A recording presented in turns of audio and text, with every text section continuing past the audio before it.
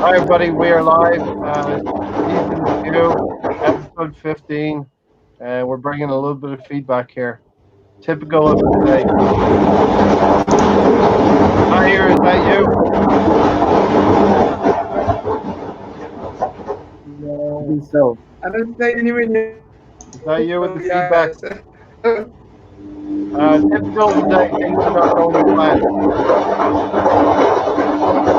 You're gonna have to mute. You're I'm gonna have to gonna mute for a bit.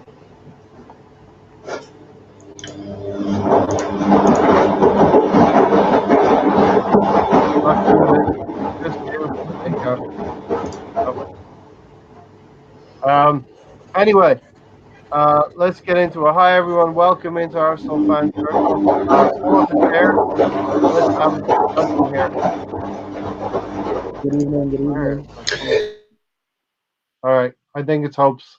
I'm going to just mute you for a little bit, Hopes.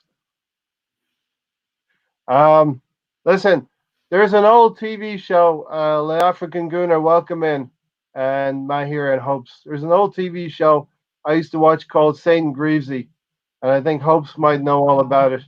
And in that, their watchword was pretty much, "It's a funny old game." So that's what happened to us today. It's a funny old game. Um, the African Gooner, thanks for coming in. Thank You you go very much for first. having me on. Yeah. So, you want me to go first in terms of the game? My reaction towards the game? Yeah, just give us your overall reaction, and then I actually have a lot of notes Sure. that we'll get through. All right. So for me, I think today I was very impressed with the first half. I think definitely that was the best half Arsenal has played this entire season. I think what I really noticed was Mikel Arteta's tactics. So for example, you would see Aubameyang and other players kind of double teaming on players, which is something we haven't seen in a really long time. So it seems to me that they've gotten some footballing knowledge from Arteta in a short span of time, and it looked very hungry. You know, Torreira pressing players, getting a turnover of the ball and then pressing high. I think that was key in the first half to us being able to kind of not let Chelsea dictate anything at all. In the first half, I think Arsenal dominated completely. We could have potentially scored a second goal to make it more comfortable, but I was still pretty easy with the performance. I think defensively, for me, David Luiz, best game he's played so far, and definitely I think it's because we were playing against Chelsea, so he had something to prove against his old club. I wasn't happy that Reece Nelson started today, but I do have to admit this was probably one of the best games that he's played as well. I do think that Pepe should have come on a bit earlier, but again, since Nelson was performing, I can't say much. In regards to Aubameyang, I think something that really stuck out for me was today he showed a captain's performance. I mean, the tackles that he was putting in today, the tracking back that he was putting in today, that was incredible to see. And of course, as usual, always scoring a goal and always saving us. So yeah, very disappointing that we lost. Obviously, classically, we letting two goals in the span of 5 minutes. Leno making that mistake. I think we can't be too harsh on him. He's been saving us for quite a while, but he can't be doing that. I mean, especially in a game like this. So much more positives for me in terms of the game, but obviously the result still hurts the same. Yeah, yeah, exactly. I'm gonna go to Hopes next, but I just wanted to say as well in my intro, let's realize that Chelsea are 6 months into their project with Frank Lampard. They're a streetwise outfit. They've got some old wily veterans in there that know how to foul, know how to break up a game, and actually know how to evade some yellow cards in some instances. And yeah, they showed all of their nous today against Arsenal. And kudos to Frank Lampard also, Hopes. He kind of made changes around the 30-minute mark when he needed to. Yeah, absolutely. Before I start, this was today's program. Nice. Welcome home, Mikel. Yeah, Frank Lampard bringing on Jorginho, um, really changed the game. Before then, we, the Arsenal, had most of the possession, most touches, um, and we looked like a complete team. But thereafter, it wasn't just Jorginho. Thing is, we're just not good enough. You know, I'm not going to We're pick that. we're I'm not going close. We're close. to. We're not good enough. We're either good enough or we're not. We're onside or we're offside. We're Yeah. well offside. I was asking myself, who had a poor game today? I No. couldn't exactly. I couldn't really see anyone. Um, kind of disappointed. Lampard brought on Jorginho in the 30th minute. The game changed after we stopped playing at the 30th minute. Now, what was Mikel Arteta's plan B? The Wonder Kid. He's trained under Pep. Fantastic. I'm all for Mikel Arteta. Speaks eloquently, articulately. You know, he's got an understanding of the game. He helped Sane. He helped Raheem Sterling. He helped all of these players. Fantastic.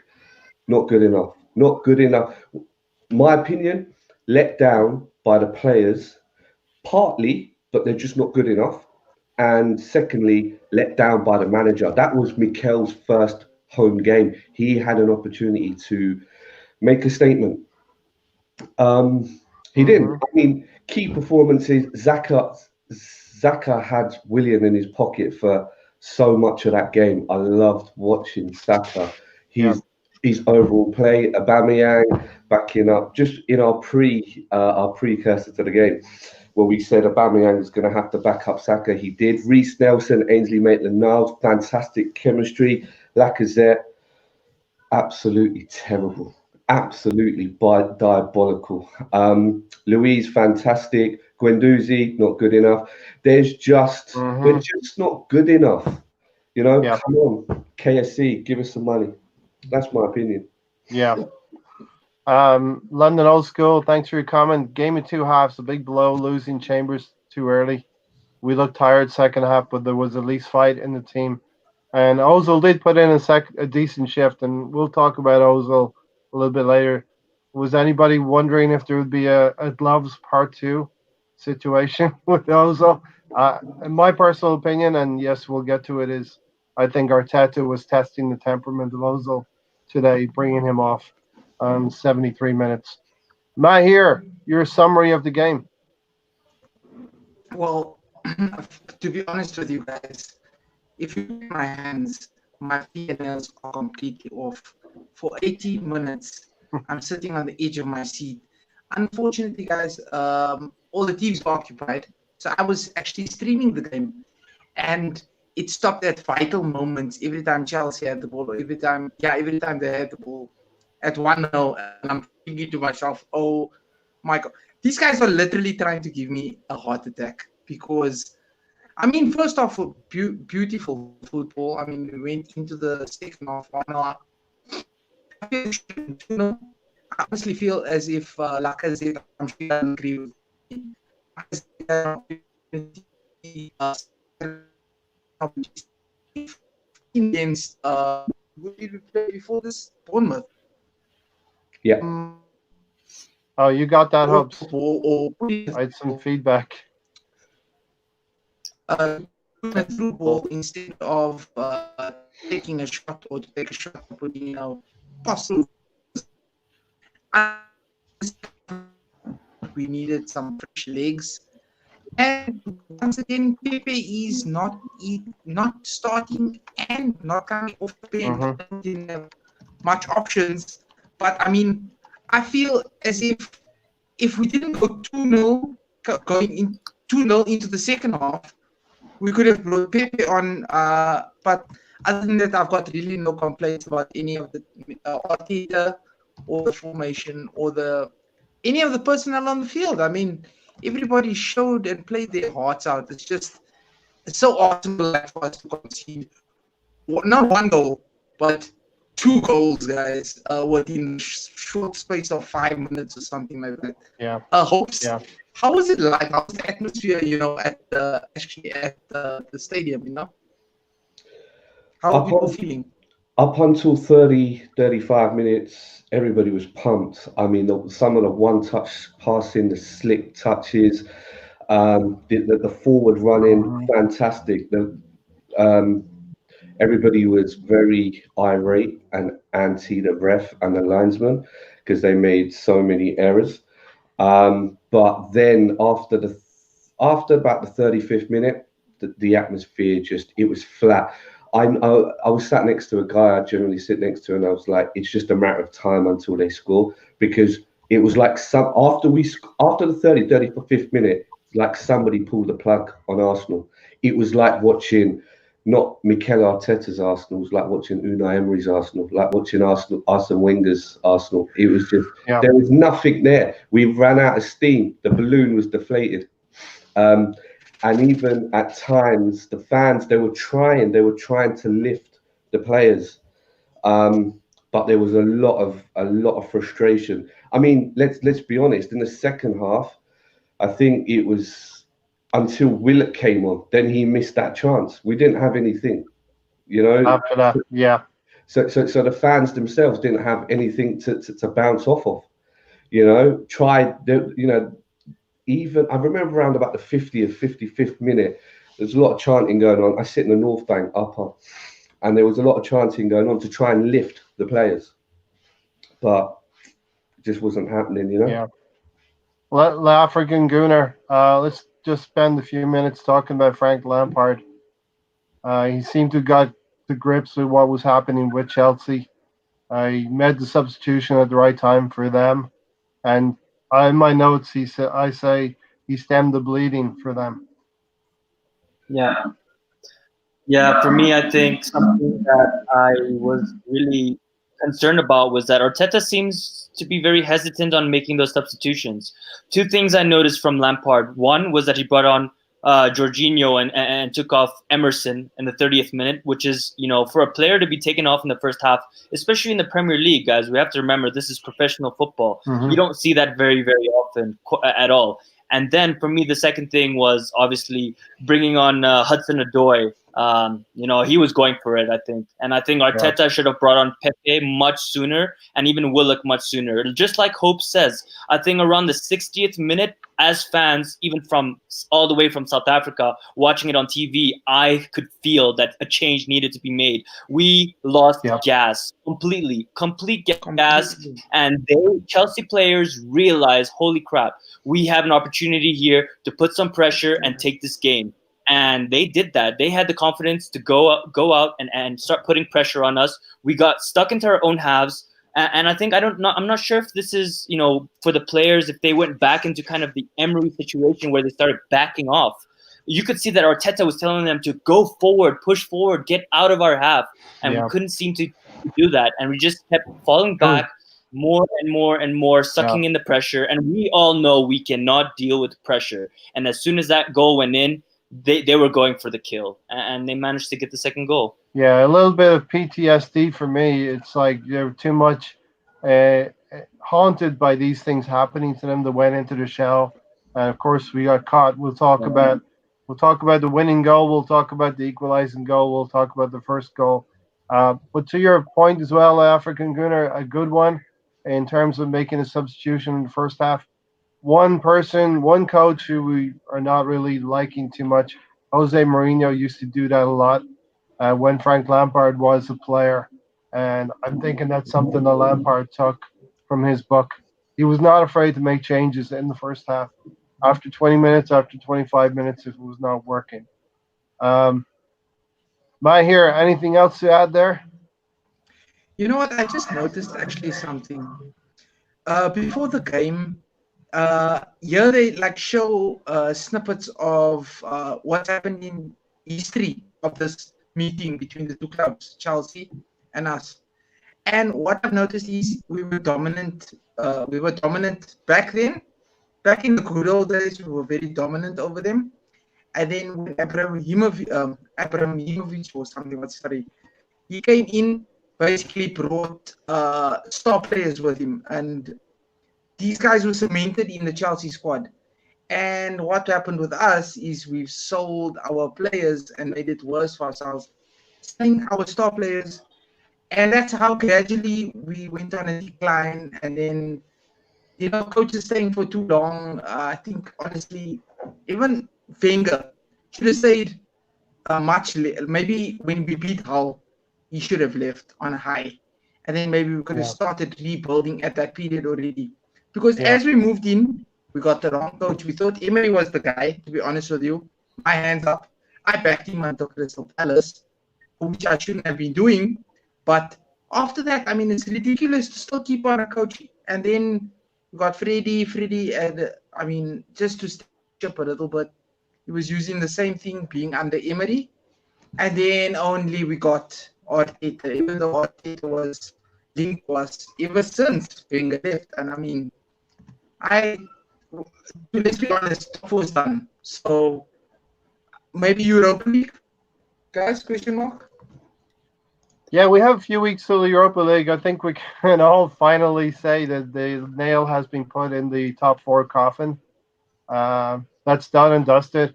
We were all four of us were probably saying, "Great, we're 5 points behind Chelsea." We were bagging those 3 points, but it didn't happen, and now we're 11 points behind Chelsea. So a big swing right there. Um, I think we can all agree we're outside of top four. It's not going to happen for us this year. Or maybe it's not a bad thing. Hopes. Definitely. I don't want to be in Champions League like this. I This know is you've said that before, and I'd like to be in there to progress the club, but it's not going to happen this season. And maybe it's a good thing under Arteta as well. We can develop the players. no. Sometimes publicity on that scale is gonna. It's not gonna progress the club, in my opinion. It's gonna just make us a laughing stock. Yeah, Let's be honest. I mean, I watched City Wolves the other night. Wolves were 2-0 down. That determination, that grit, they outplayed Man City, right? At yeah, their ground, 2-0 down. Fact of the matter is, the further we are away from Europe, that's it. I mean, the better for Arsenal. Mahavir spoke about the good old days, mate. Forget the good old days. 20 years now. 20 years. 18, 19, 20 years, right? It's just 15, 16. yeah, forget them.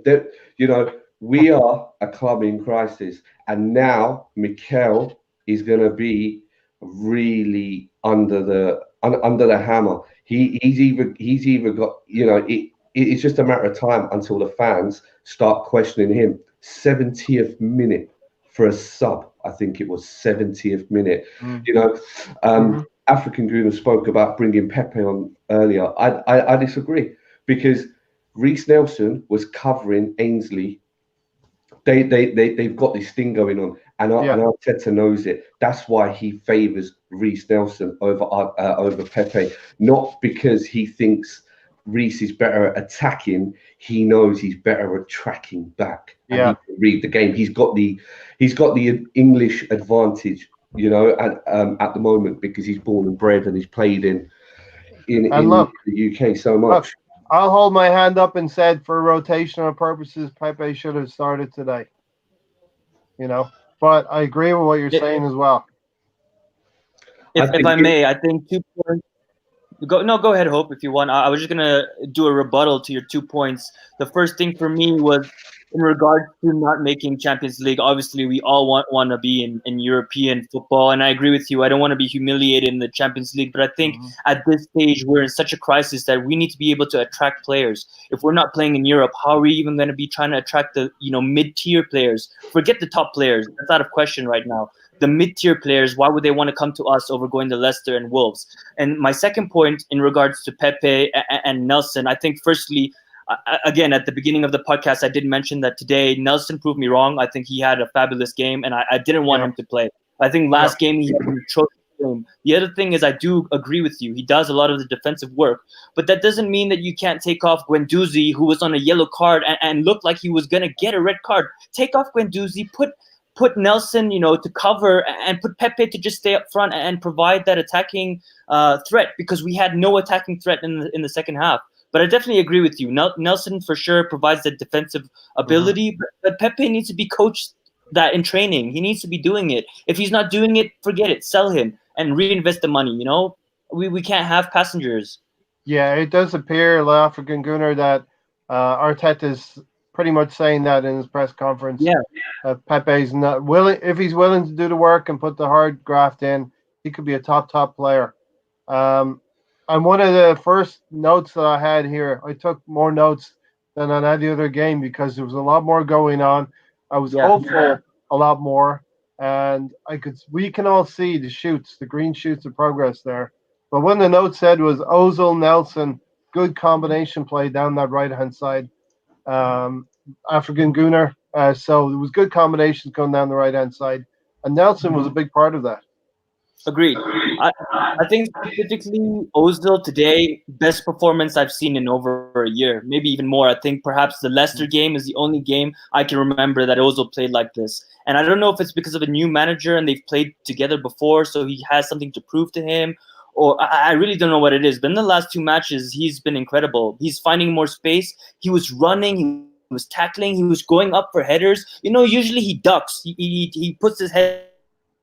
There's like a challenge. He just doesn't even go for it. Yeah. Today, I actually saw him jumping and going for the header. So I think Ozil definitely had a great game. I think Nelson himself, his confidence today, the way he was taking on players, I mean, dribbling, being creative. He was creative, and that's what I liked about him. And I think Ozil realized that he was on his game, and so Ozil decided to play with him. And that's something, for example, Ozil and Sanchez, they used to have this connection. They understood each other. And I think that's something that we saw with Nelson and Ozil today, playing on the triangles and in the right-hand side of the field. To see, again, it's all about consistency. It was only one game that Ozil played really well. He just needs to be more consistent this way, and then I can back him.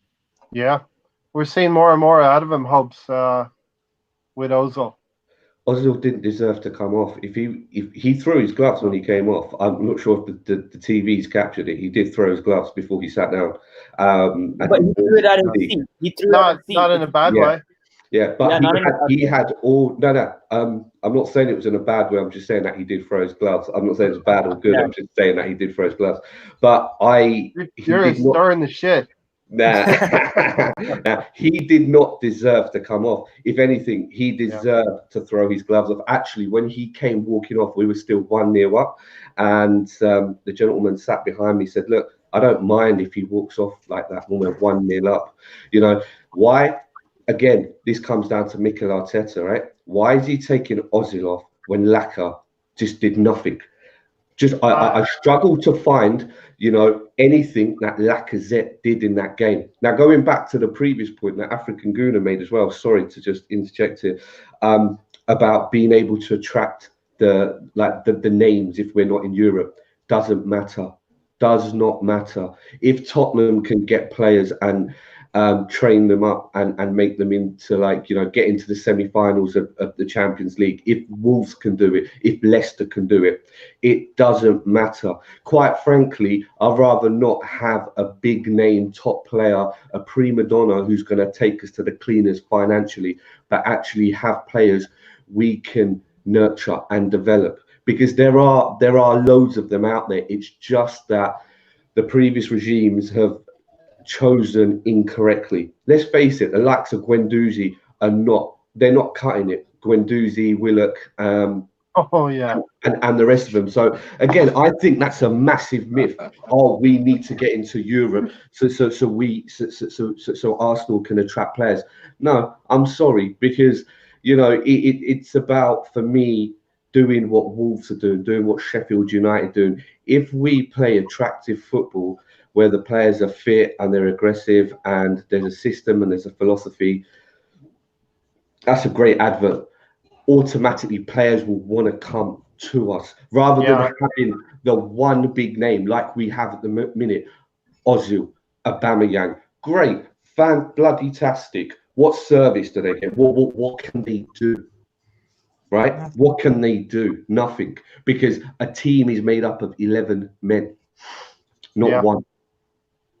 I'm going to disagree with you a little bit on that point. I do think we need Champions League football to attract the talents. But that's why we're having a podcast. If we were all the same, it would be pretty boring. Yeah, we'll just be agreeing with each other. But I'd like to ask you guys, what is it? What do you guys think? What's up with Laka? Is it fitness? Is it Is it just that he's going on a decline? Is it confidence? Because I was going to have you answer that question. So coincidentally, my personal opinion, As the co-host, I can't honestly tell you guys what it could be or what it may be, I because think he's maybe reaching a little bit. He hasn't had a lot of opportunities, and the other two guests can jump in as well. I don't think he's had a lot of opportunities, and I think he gets frustrated almost to the point where he can get himself sent off again. Did anyone think that could happen today with Laka? No, I think he's disciplined enough that when he got that yellow card, which I think, to be fair, it shouldn't have been a yellow card, but I see why the ref gave it to him. The way he handled it was a bit wrong. Maybe he could have done it more maturely, more relaxed. And first of all, don't like I said, shouldn't be doing that. That's Aubameyang's job. He's the captain, so Aubameyang should be doing what Lacazette was doing. But for me, Gundit News, I think definitely, I think it's a lack of confidence. I think playing different formations, different tactics, different managers. I feel like Lacazette has changed the way that he plays. You know, when he used to play for Lyon, he was a deadly striker. I feel like now he's more of an all-around player where he feels like he needs to hold the ball much more and get other players into play, which I think has affected him. And I definitely think that Emery has killed his confidence this season. I saw a post on Twitter actually before the podcast saying, Lacazette hasn't scored. He's slow. 0 goals, 0 this, 0 that. It was a really appalling tweet. And for me, I was really disgusted by that. Lacazette has helped us in the last 3 seasons. And I think that we won't see the best of him until the new year. But for now, I think he needs to take a break, maybe 1 or 2 games, come out of the team, put Aubameyang up front, put Martinelli on the left, and put Pepe on the right, and just go for it. And let Lacazette cool down and rediscover his form in the Europa League and FA Cup. Right. Yeah. Hopes, just to tap into what you saw in the stadium, and let's go through the start of the game and go through my notes. My notes are like tempo, very good, pressing, through simple passing as well. So what Arteta is trying to instill is not too many flicks, although we did see Ozil do a lot of that, but a lot of simple passing. Play the ball to where you're facing and triangles, especially on the right-hand side and inside right channels. It was very effective. Absolutely. I mean, we were much more productive on the ball. This is all up until the 35th minute. Much more productive use of the ball, started off maintaining possession. Although I must add this caveat, Leno was frustrating the hell out of 60,000 Arsenal fans, holding on to the ball too long, passing short, nearly had a repeat of the Bournemouth goal with Luiz. Just played him short when Chelsea forwards were pressing. We were outworking them until the 30th minute. Torreira was, I actually wrote this note whilst I was there. Torreira was looking exquisite at CDM. We're not even missing Granit Xhaka, I wrote, up until the 30th minute. Luiz and Torreira, they were telling the players, come on, high line. We were actually playing a 4-2-4, which I'm not sure if that came through on the TV. Maintained our structure well. Again, you touched on it, a high work rate. And Aubameyang and Reece, they were really playing well on those wings for us. And they were really helping their wing backs. But then suddenly, after the 35th minute, after Jorginho came on, and it doesn't matter because, correct me if I'm wrong, Mikel Arteta said we need to impose our style of play on the opposition. We don't care what they do. That's what Emery used to do. Mikel Arteta in his post match interview, he said he's really pleased with a lot of things that he's seen, and he's really pleased with a lot of things that they worked on in training that actually happened in the game. I'm sorry, I can only agree with that until the 30th minute, unless he's trying to give the players a confidence boost.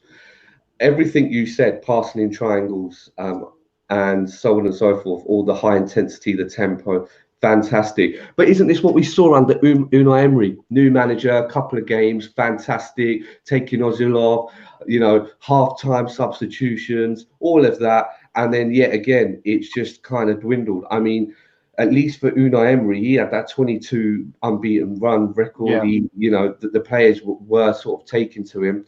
But with Mikel, it's just like the second game, and it's good. It's good that we're playing Man United next. Do you know why? Because I want to see what response they have. And is going back to your earlier point about what's going on with Lacazette is a confidence thing. Sorry, he's just not bloody good enough. You know, that guy who scores every now and then, like spectacular goals. If he doesn't, I saw so much prima donna stuff. He wasn't even running. The amount of times Mikel Arteta said to him, "Come on, come on, come on." You know why? Why Mikel Arteta did not bring off Lacazette in the 55th minute and put Pepe up front, out and out, leave Reece on, leave Aubameyang on the left. I don't know. That's another thing that I can't. I'm not being critical of Arteta, but there were things he could have done. You know, For sure. just like Lampard could have done, but Lampard did them. Arteta didn't. All right, so going through the game with my notes, we come to the 10th minute. We'd pretty much been on top. Here, I'll go to you first. And it's to Lumbercamp's point as well. Guendouzi takes a yellow. Let's talk about that, everyone. On the 10th minute, through poor positioning, he allows the player to get past him, and he has to hold him down on the edge of the box. And to Lumbercamp's point here, Guendouzi is a liability. Can't stay in a holding position, and he's useless off the ball. The kid needs to be loaned out. I think positionally, he's really, really bad. Am I here? But that's one thing that they're not picking up on. We discussed it in pre-game. We said how important Hopes and African Guna is positioning. To a point where I know Arteta was under Guardiola, but what does Guardiola inform them? He informed even the whole cutting out of flicks and stuff. That's trying to implement to say, listen here, guys, positioning is most important, not all the fancy stuff, the flicks and the bicycles. And it's okay when you're going 3-0 up, 4-0 up, and game's basically over and done with. Then to try and do the fancy stuff and the flicks and whatever. But positioning, you need to know where you are. You need to know. Personally, one thing I've picked up on, I'm sure you guys have as well, when they are running with their backs towards the ball, I mean, you can't defend looking over your shoulder, but your body's, I mean, it even looks awkward as hell. I mean, and that's the way we give.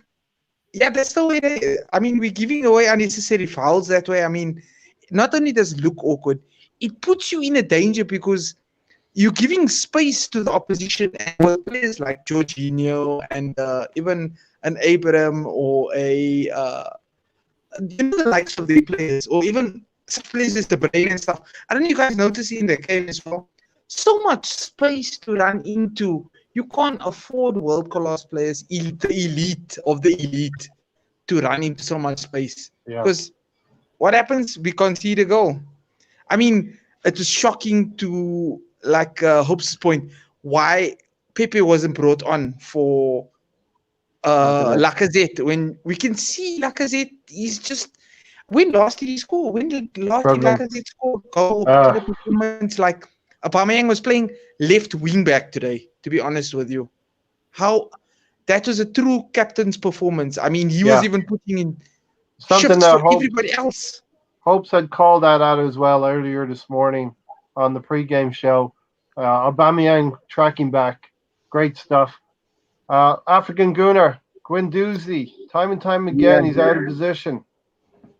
So Thomas De Bruyne, and now today, Kevin De Bruyne. I think, no. The first thing for me in regards to Lacazette, I think definitely, he's not fit. He doesn't look like he has the stamina, and I think that is definitely one of the reasons why he seems to be a prima donna. I mean, to be honest, before he was carrying the team, he used to be doing a lot of the running. It seems like in the last month since he got his ankle injury that he isn't fit. At least that's my opinion. Now, moving towards Guendouzi, I really respect Guendouzi, and I think a lot of fans get onto him. I think one of the French journalists ranked him in the top 5 French footballers of 2019. And I think you're right. Positionally, he loses his head completely. I think as soon as a man beats him, he goes in for the tackle quite a lot, which is really poor. But I think it's all to do with coaching, and I think a lot of Arsenal fans forget that he shouldn't be starting in the team. Period. We've just come to accept that he starts because our team is not good enough. So we have to rely on a 19-year-old kid who's come from the second And league of France. we don't have enough depth either. That's the problem in midfield. Exactly.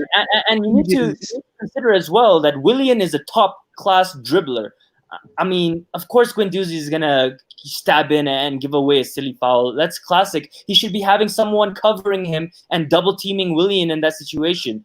Still, Guendouzi needs to do a lot better for me, but I think that's all to do with coaching. I think in the future he's going to be a great player. But yeah, he needs to work on his positioning and training. Sorry, can I just come in? Yeah.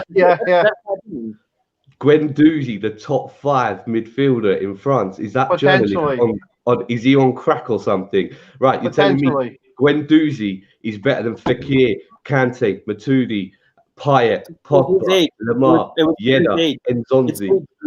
It's age group. By age group. Yeah, in his age group. But he's in the national team now. Yeah, he's in the national team, but he's not gonna. He's still 19. Give him 2-3 seasons, and he's gonna be starting. No. I'm sorry. We've heard too much of this. Sorry, African good. We've heard. I agree with you. Give this one a season. No, enough. And give enough of giving everyone. Sorry, I don't mean to be abrupt here, but I'm so annoyed at today's performance. It just shows we are not good enough. If they can't play him, Willock, and it shows that there's a player in there, they need to be nurtured. Get in Decore, get in get in the established players, build a team around them, and then add in the Guendouzis, and then give them as much time as you want in Europa League, and in FA Cup, in Europe, in the Carabao Cup. I think what we're saying, Hopes, is that he's a little bit out of his depth. He's young. He's got potential, and maybe Arteta can help him because he has played in that position, and he can take those kinks out of his game. Hopes. No, but what I'm saying is that no one's denying he doesn't have potential. What I'm saying, forget this whole time thing. Arteta in his first few press conferences, I'm going to be ruthless. I want to see energy. I want to see commitment. I want to see dedication. There was none of that today after the 30th minute from players and from manager. Where is that? His last 3-minute press conference talked about high energy. There was no high energy. We had 42% of the possession, and Chelsea had 58. We're at home. It's just how much Chelsea has quality too, and they came into the game in the second part of the first half. Chelsea's quality. Did you see? There's apart from Jorginho, and Hudson-Odoi, they brought on another guy, and it was like I'd never even heard of this guy. Tariq, first Premier League appearance actually. Yeah, Tariq someone or other. What I'm saying is, when do we as a club come away from this? Let's develop the players, let them become world class, and then we'll just send them to Barcelona or Man City. Enough. I know what you're saying, and I know what you mean, but there has to be that element of ruthlessness. You're talking about the hierarchy of the club. I'm talking about a manager and the hierarchy of the club. I mean, we're 12th. We're sat in 12th for a reason. Now, are we happy to give the world and all the kids the opportunity to come and play at Arsenal Football Club so that they can make a name for themselves, and then as soon as they get taken off, throw their gloves, kick their jackets and everything, right? And then we just remain in 12th? Because is that what we want to do? Because if we do, then forget about Europe.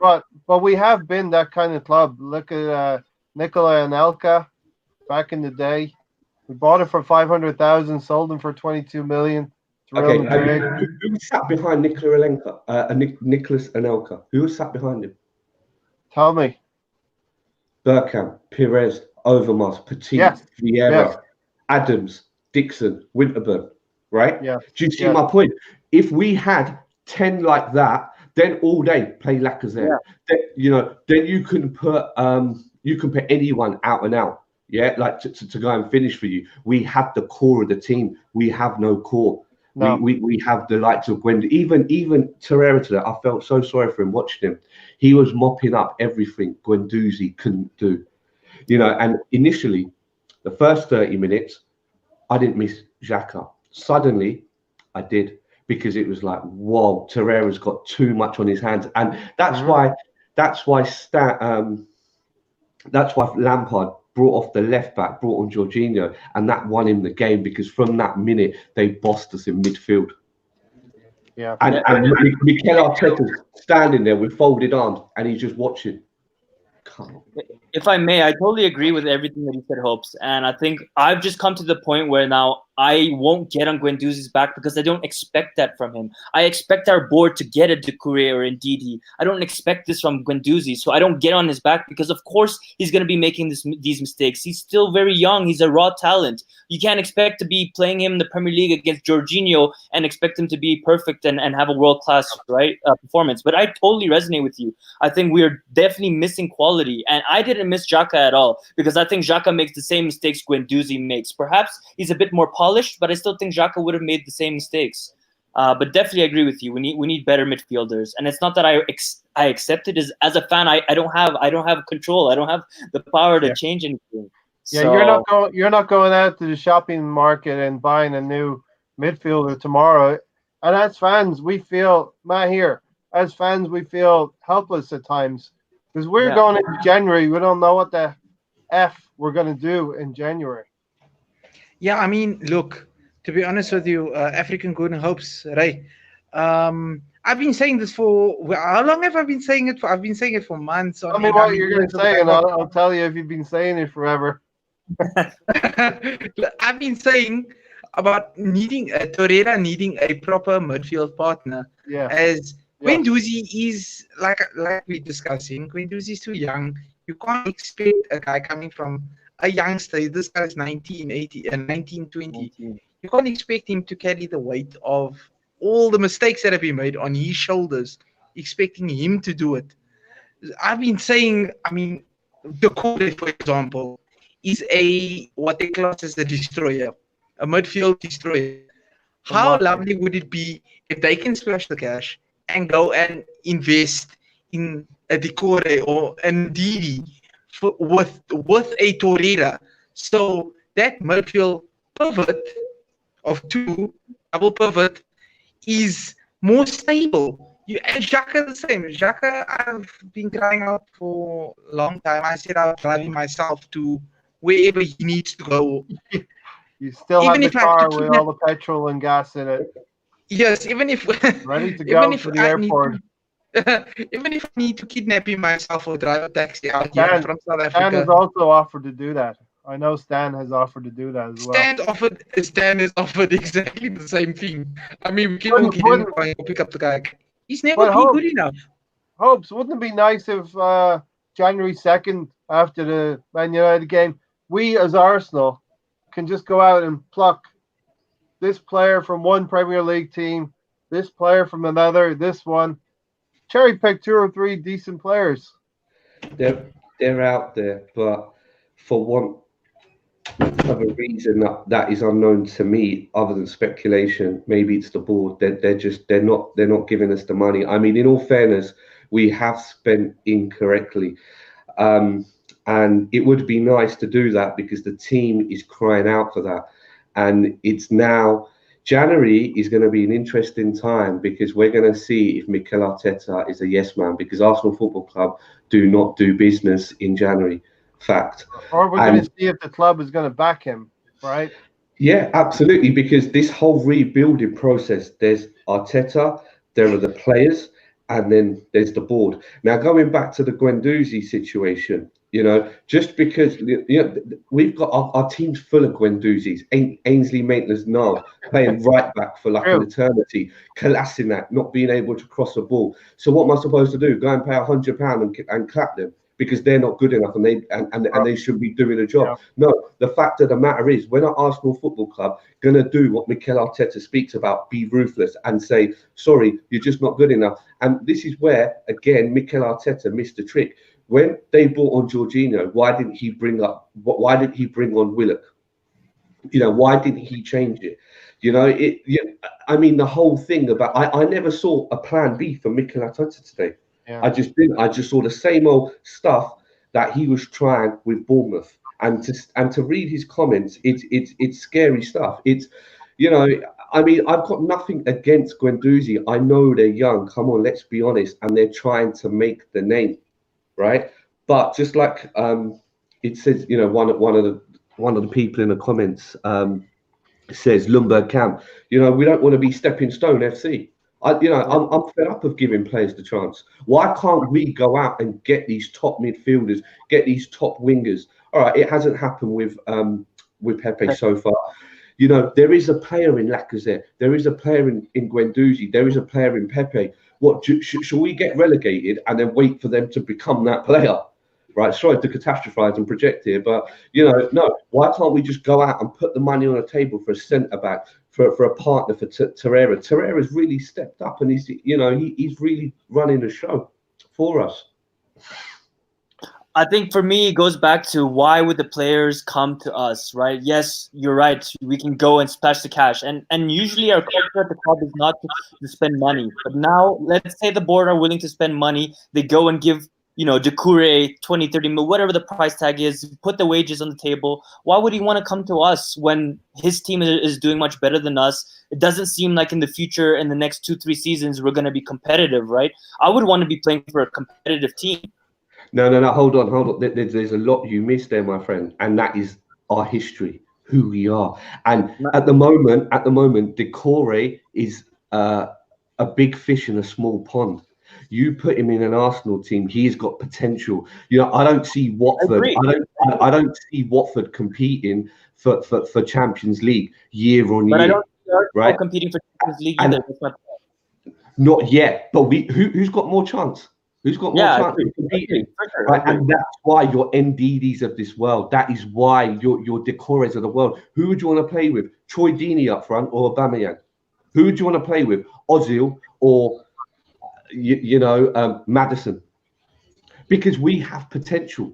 We have that potential. Any player knows that. Just like Raul says, when Arsenal come knocking, that knock is different. Well, we need to show that there is a plan in place that these players can prosper in. Aubameyang and Lacazette, Ozil, they all want to stay at the club and be part of a project that's going to go places. But flip that question. Why should they stay? They're coming to the symbiotic. It's a symbiotic thing. The club needs to progress, the players need to progress, and the fans need to progress with the team as well. You know, Aubameyang and Ozil are coming to the fag end of their career, right? Yeah. Or they're getting to their prime of their primest, right? Now, why should they stay? How, you know, like the third manager in, I don't know, like 4 months, different systems or styles. I mean, Lacazette is always played out and out under each manager anyway. But why should they stay when they're playing around mediocre players? Would you want to stay? Yeah, no. And then on top of that, they get a lot of stick from the fans. I'll come to you, African Gunner, in a second. You want to be part of a project that's going to go places, and you can see a future. You can see trophies very, very soon in the next season or two. African Gunner? I was going to say, I just want to take Leicester as an example. I know we have Ozil, Aubameyang, and we have top-end players, but we haven't been competitive, and we need to be honest with ourselves. Nasri, Van Persie, Sanchez, all these players left because they realized that we didn't have ambition. And as fans, we never really acknowledged that. And I think now that we're in such a decline and everyone's kind of opening their eyes of what's going on in the hierarchy, we're realizing that, you know what, it's not really, it's just the quality. Like, players don't want to come to Arsenal because they don't see themselves winning the biggest trophies in the world.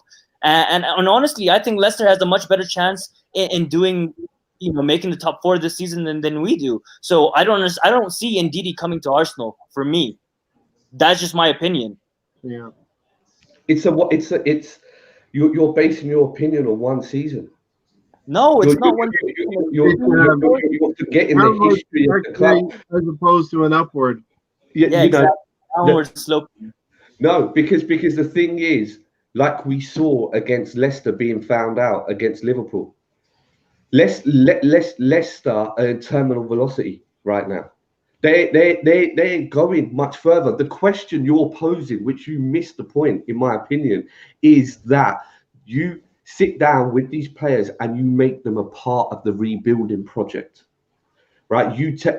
When they see other players of the similar caliber to themselves wanting to buy in, then fantastic. Make them, they can walk straight into the team. I And then they become right a now. part of this bigger project for us. And then we hit Europe. Then we press on in Europe.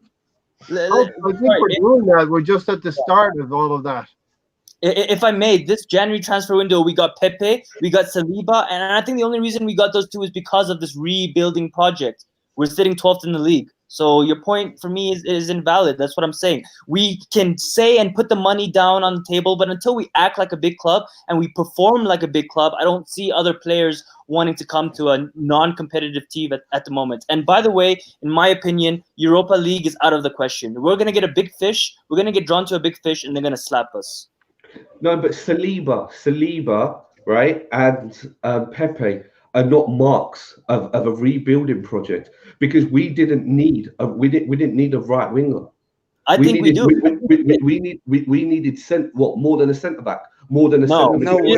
Right, there you go. You're right. You're right. But Mkhitaryan moved on hopes because of his wage packet. Exactly, and because the way we do business. Because the way we do business in installments, you cannot say Saliba is not a part of any rebuilding project. What has he done? He's a potential. He's potentially going to be one of the youngest. I don't want potential. But that's part of a rebuilding. Okay. If you look outside the box here, Rabiot. There's a lot of talk about Rabiot here, guys. Arsenal fan circle, Gundit, right? Now, if you were Rabiot, just on current form, take this season. Who are you going? Like Arsenal come knocking, Leicester come knocking. Arsenal and Leicester. Yeah, we're not an attractive proposition. Who would you go to? Who would you go to? I go to Leicester. Yeah.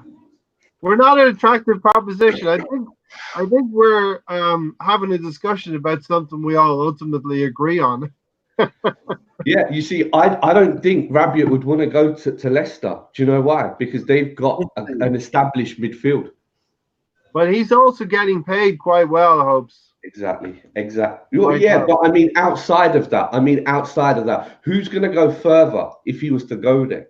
Yeah, I agree with you. And I noticed in the recent game, Jamie Vardy's been dropped. So Leicester are pointing at an FA Cup run right now. They're going to settle into their league program, hopefully maintain a top four. I ultimately feel they might drift out of the top four by the end of the season. And they're gearing up for the FA Cup. I personally want Leicester to get into Champions League, because then Brendan Rodgers will be found out for all the fraud that he is. And then all these Arsenal fans who are flip-flopping and saying, oh, give us Brendan Rodgers. They're going to be like, oh, no, thank God we didn't get Brendan Rodgers. He's unproven. Yeah, it's an interesting thing for you guys. Interesting question I want to pose to us and to our subscribers as well.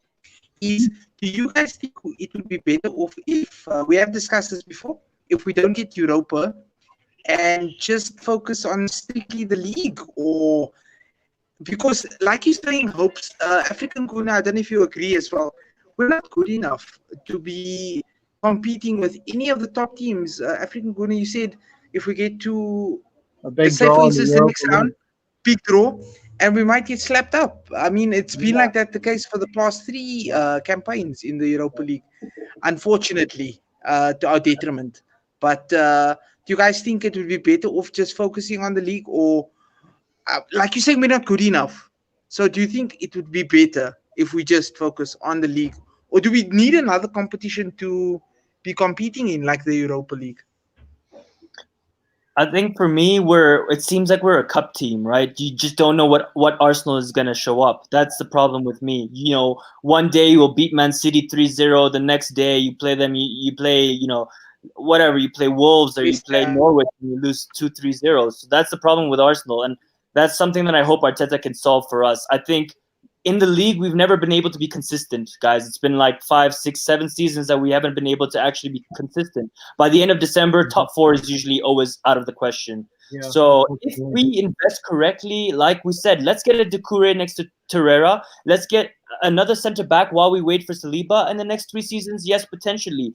But I think, again, it goes back to the money. There's so much money in the game. And I think if we don't make Europa League or Champions League this season, we're going to be, KSC is not going to put money into the club, and we need that cash. I think, sorry, to answer that question, I think it would be a massive blessing if we don't get European football, because then KSC don't make any money, and hopefully they just get the hell out of this club, and we find someone who will pump us full of money.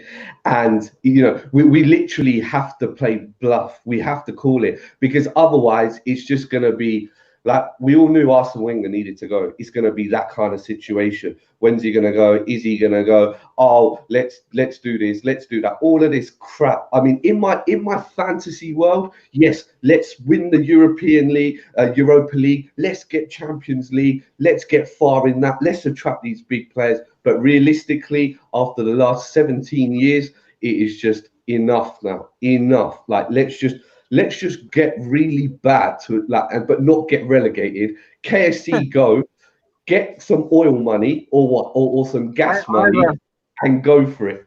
I have a suggestion. Let's get back to the game. I have a suggestion. Let's get back to the game. On my notes, we're on the 13 minutes. We've gone 53 minutes here. This could be a long one, man. Here, let's talk about the Oba goal. Again, Hopes might remember, he's a little bit older than the other 2 guys. I remember under George Graham, we used to score a hell of a lot of goals through corners that were flicked on at the near post. Usually it was the 2 centre backs. It was Stevie Boulder and then Tony Adams finishing. But Aubameyang scored with a header. I thought it was offside at first. This damn VAR is doing my head in. I'm not a fan of VAR. It kind of is ruining the game for me, the enjoyment. Hold on a minute. I don't know if it's a goal or not. And let's not even get into VAR. That's a whole other show, because a lot of things happened this weekend. Who wants to go about the Aubameyang goal? I can start us off if you guys want. I think for me, Aubameyang is a goal-scoring machine. I think definitely him and Martinelli are my favorite players to watch at Arsenal. Most entertaining for sure. And I mean, Aubameyang doesn't score many headers. And again, today was the complete captain's performance from Aubameyang. Definitely one of the best games I've seen him play, all rounded. I mean, I think the game in the Europa League last season when he scored a hat trick was phenomenal. But defensively today, he was just amazing. And that goal, I mean, what can you say, right? It's pure classic Aubameyang goal scoring finish.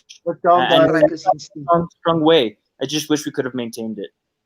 Here flicked on by Callum Chambers, and the defender is standing while Aubameyang runs around the defender, arches his body and heads it in. Nice goal. Oh, it was beautiful. It was very beautiful to watch. But one unfortunate thing that came from that a little bit afterwards, Callum Chambers did, looks like he pulled something, looks like he rolled his ankle. And he may have been actually a spark that we needed the whole game. And it's just, unfortunately, problems on problems. I mean, too many problems, man, right around injuries and inconsistency and players lacking confidence. And I honestly wish, I actually pray that Arteta gets everything right, because as you guys may or may not know, I wasn't one for Arteta coming in. I wanted a more established name, such as an Allegri, a Luis Enrique, even something like that. But now that he's in, we have to back him. Yeah, agreed. Hopes, what do you think of the goal? You're right there. Give us a little flavor of the atmosphere. Oh, fantastic. I mean, just pure Aubameyang goal, wasn't it? Like, world class, just out of nothing, running around the Chelsea players and scoring that goal. For me, that was the catalyst to sort of say to Mikel Arteta, take Lacquer off, just stick Aubameyang up the top. and bring on Willock, to shore up the midfield. It's it's lucky in one sense. Well, it's not even luck, is it? Because Aubameyang's instinct made that goal in a sense. Yeah, Chambers provided, and hats off to Callum Chambers for getting the assist. I was more happy for Callum Chambers in one sense, coming from a centre back, to a striker, fantastic. If that was Lacazette and he was just there on his own, would he have run round? Who knows? I highly doubt it. But very, very grateful to have a player like Aubameyang in our squad, and all those idiots, those Arsenal idiots who are saying sell him, sell him, sell him. No, bloody well, don't sell him, because if we sell him, we'll be in a we will probably end up being relegated. Not in January. I maybe would think about it in the summer, and we'll see what happens back then. I personally wouldn't even think about it in the summer, because we've got no replacement for him. Who's going to score the goals? A lot can happen between now and May. If something happens, then sell him. But if it doesn't, keep him. We're gonna stop the Invincibles this year on the 2nd of May. I wouldn't place a lot of confidence in that right now, but a lot can happen between now and May. 16th minute, Lacazette penalty claim. Hopes. Nobody made any noise. He felt. No, I don't think that was. I don't think that was a penalty. I think he was looking for it, similar to Laka when he fell over his feet. No. African Gooner, 17 minutes. Yeah. Across from Nelson. It finds Aubameyang. Aubameyang lays it off perfectly to Lacazette. Lacazette doesn't hit it with a volley. Again, I mean, I know Hopes is clearly not a Lacazette fan. By the way, last season, if this was Lacazette last season, he would have buried that. But first of all, great cross by Reece Nelson. I think last game his end product and his crossing was atrocious. Today, that was a demonstration of what we want from him. Great cross. Aubameyang could have taken it on himself. I think it was on his left foot. So he decided, you know what? I'm going to set my teammate up and get his confidence back up. And I think his touch was just way too heavy. He should have just gone for it at one time. And that's just a chance that we regret. I mean, we lost the game, right? That could have been 2-0. Game over. We have a few players, at least at home. I think Lacazette performed pretty well at home. Now, you can talk about his away form, and obviously we'll get into Bernd Leno. Nobody's going to castigate Bernd Leno for what he's done for us this season. He's been one of the best players in the squad, and we'll get into that later. Matt, here, since you talked about Callum Chambers, 19th minute he gets injured. Just unfortunate. And Mustafi comes on. Yeah, I mean, I think Mustafi was to blame for the second goal. I did, like I said, guys, I didn't quite see it. The steam was quite bad. I mean, kept cutting off at vital points, and I kept getting many heart attacks. I said this team is going to be the death of me, because every time I saw that happen. With all respect to anyone who has had heart attacks due to Arsenal, if you haven't had a heart attack by now, then your heart's in pretty good shape. Exactly. But I mean, I wish he could have carried on, because it looked like he had what it took to be in the squad for 90 minutes. I mean, when last did I see such a big performance, such a great performance from Callum Chambers? Let's take this question, Matt, here. I know we've flowed here, but I want to involve our viewers as well. Tony Turner, my question is, where has this been running the last two games from Abba being in the last 2 years he's been here? And it's just purely a different coach, right? Wanting different things from him. Yeah, different mentality. Emery was playing guys all over the place. I mean, I understand injuries, but at the same time, I don't understand changing and swapping formation and personnel every single game, without a doubt, every single game. And this is messed up. If you guys actually think about it, it's messed up a lot of players in that way. Pepe spending a lot of time on the bench. I mean, he was 72 million. Let's get this right, guys. 72 million for it's an expensive it's an expensive player to have on the bench, African Gunner.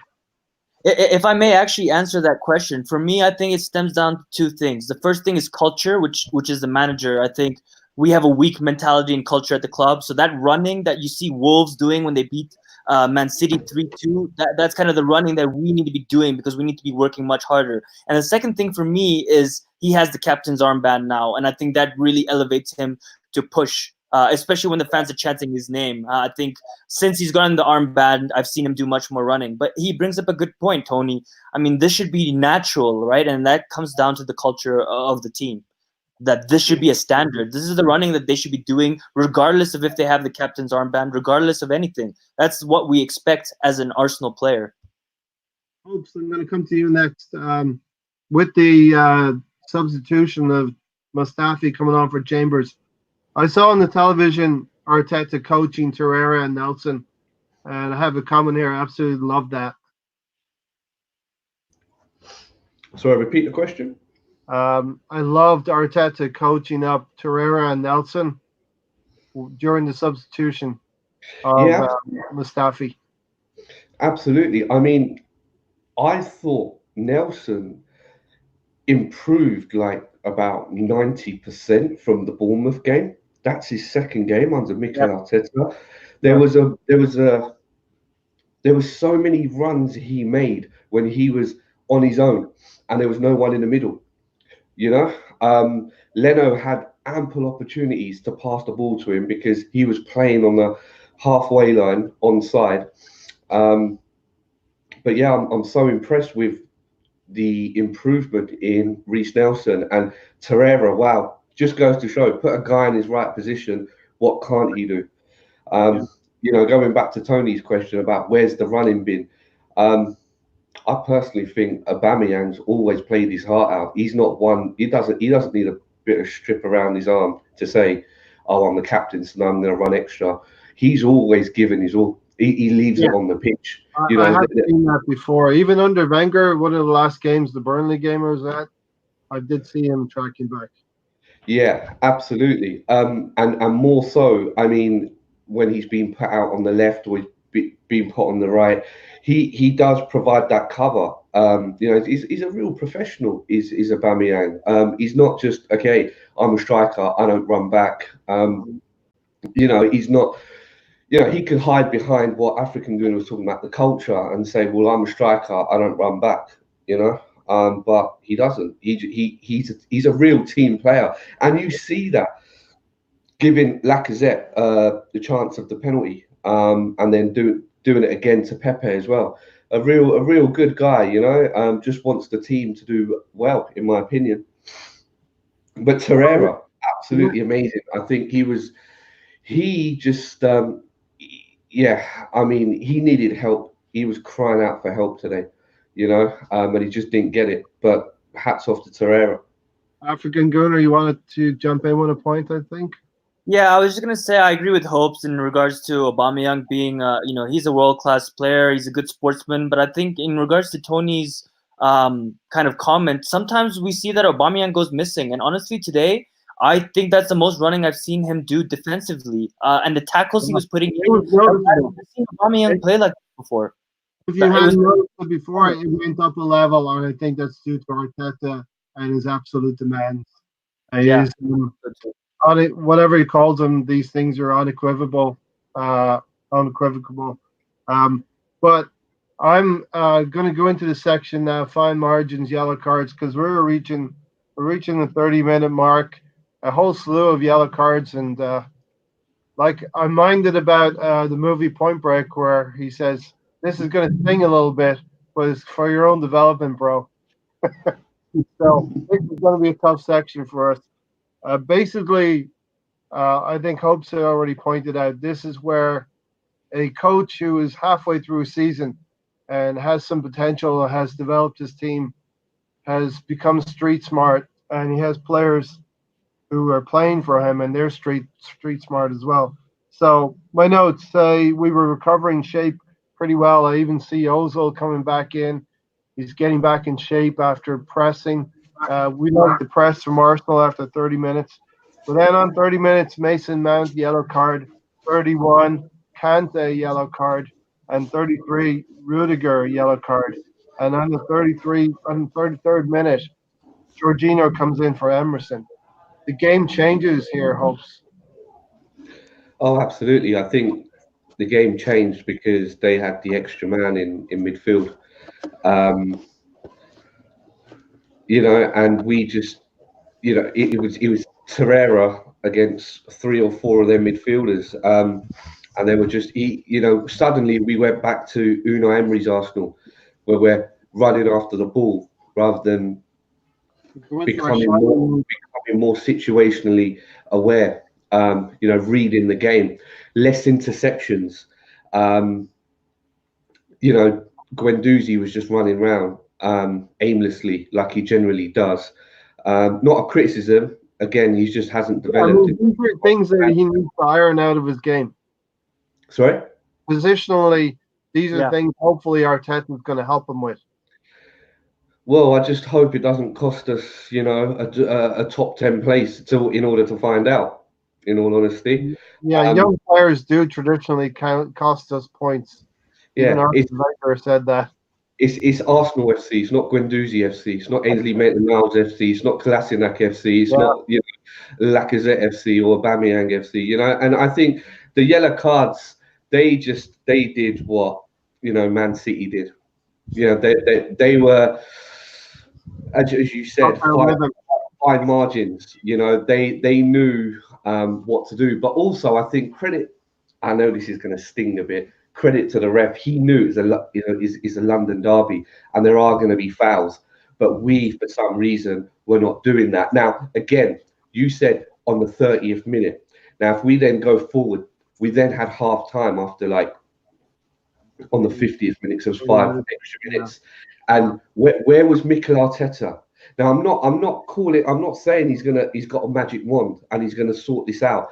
But surely, if we as fans see it, then why was none of the bench or Mikel Arteta saying to the players at half time, come on, we need to fight them a bit more. And I need to get Torreira help. Yeah. Not only that, not only that, sorry to interrupt. Not only that is, don't you guys think as a player, if you're on the pitch, right? I'm seeing three Chelsea players getting yellow carded. That there's more initiation or more motivation to close off the game, as per se. I mean, even get the second goal before second half even starts. So that way, there's a bit more time. There's a bit more. Maybe you could park the bus, as per se. Mm-hmm. This is where African Gooder. This is where we have not developed the killer instinct. Yeah, I was gonna say. I think something that you guys all pointed out right now was I think we were dominating them completely, and I think that's when they started getting yellow cards. Is because they needed to stop the play and the flow. We were just too much for them. And it was the first time that we kept having attack after attack after attack. They couldn't hold the ball. We kept repossessing the ball, and I think it was really smart of them to get those yellow cards. But I agree with Gundit News. I think as a player, when you know that these guys are on yellow cards, you try to entice them to foul and get them sent off. We don't have smartness in our players, and that's something maybe Arteta needs to be working on in the training. Yes, Torreira definitely was an amazing player today, and he definitely needed help. But at the end of the day, he can't do everything. I mean, he's trying to do the defensive work. He's trying to help in the attack. He's trying to be like Rambo coming in as the last man into the box. And I think he as soon as Jorginho was brought on, that whole midfield dynamic changed because Jorginho gets the ball, and the first thing he does is he turns around and he looks for passes. And the thing is, as soon as Arteta saw that, he needed to stop that. And we didn't stop it. They grew into the game, and they took over. The referee, for me, I thought he tried to manage the game. He didn't play it on its merits. If a yellow card is a yellow card, it's a yellow card. And I thought the referee let a lot of things slide. I understand what you're saying. It's a derby game, and the TV cameras are there, and you want to have a good game. You want to keep 11 men on the field at all times. And we were not innocent by any margin. Guendouzi fouls Abraham in the box, edge of box. Very, very, very. I'm thinking Simple. we're conceding a penalty. We're losing a player because he was already on a yellow card, and we're down to 10 men. We get away with one there. Right, There, To African Guna's point, we should be focusing on ourselves. We shouldn't have to discuss. I mean, it is a point of discussion about the ref, but we should be focusing on ourselves. We should be focusing on what we're doing, positioning, defense, Yeah, but offense. We're the not doing banner, this the enough. banner We're killing says instinct. the banner says fine margins, and these are fine margins, and the referee's part of the field. He's part of the game, along with his linesmen, assistant referees, whatever you want to call them, and along with VAR and that whole team. And fine margins went for us in the first half and went against us in the second half. Agreed. But should we not be more worried about transitioning the ball? I mean, if we're wanting to play through the back, Absolutely. which I think is ridiculous, You know how hard it is rather to than score a goal in the Premier League, especially for Arsenal. We're a goal up, and things don't go for us in terms of these fine margins. yeah, yeah, but like, but there's a lot of if ands and buts in it. Right. I feel like we could be Sure. doing better. Like I hope Arteta can manage to fix. This is an impossible job. Let's admit it.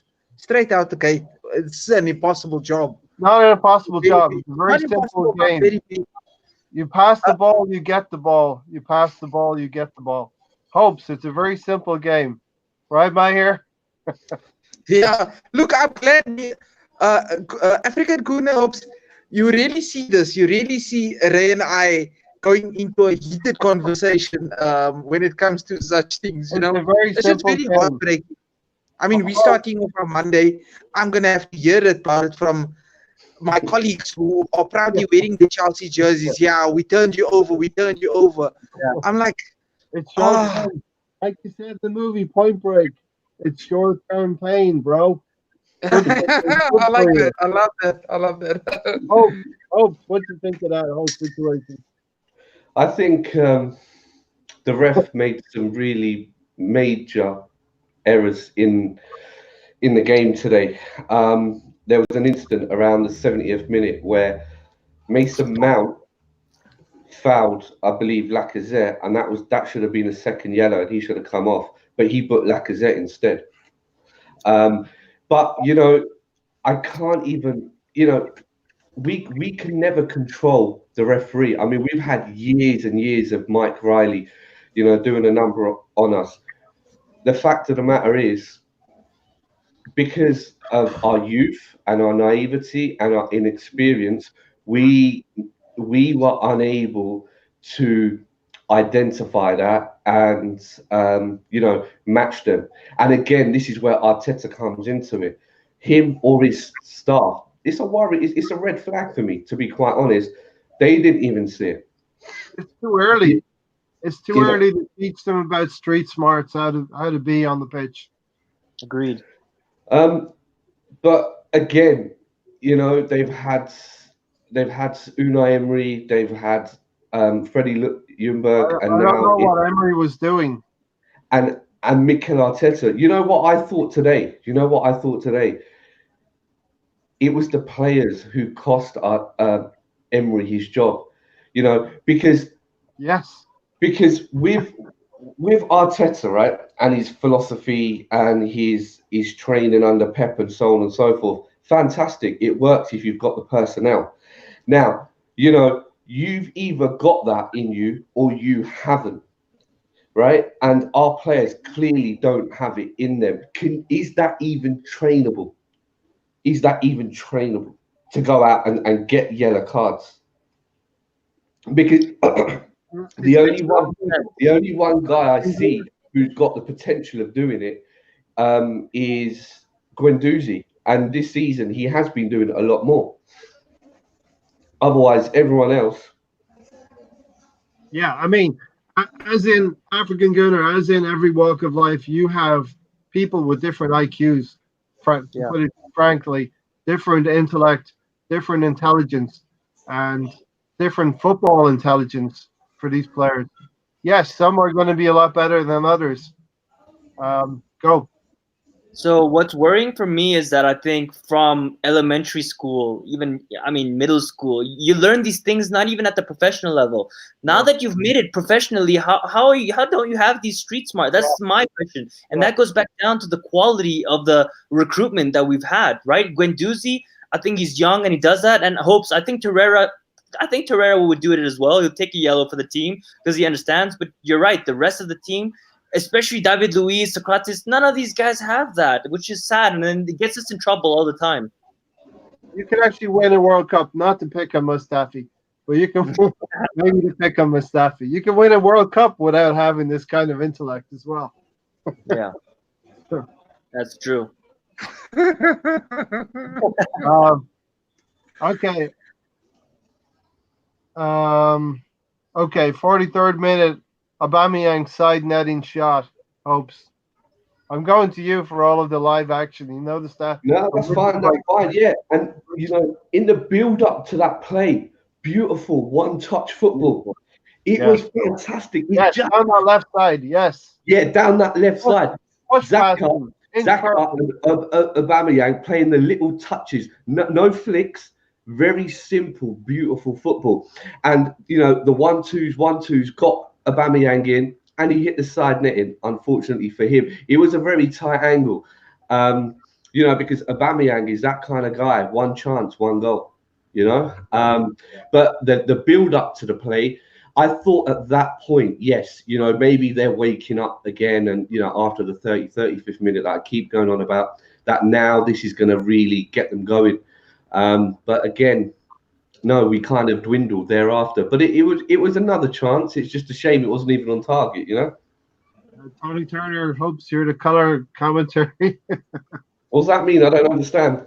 I guess there's the main commentator, right?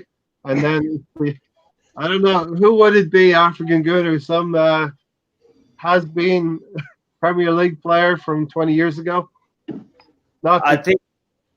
No, I was gonna say in regards to that flash of brilliance from Saka and Aubameyang, we haven't seen that type of exciting play in quite a long time. I think actually, I'm not gonna get on Aubameyang's back. It's his left foot. He's the deadly striker. You can't tell him not to shoot, but he could have cut that back. You had Ozil coming in, running into the box.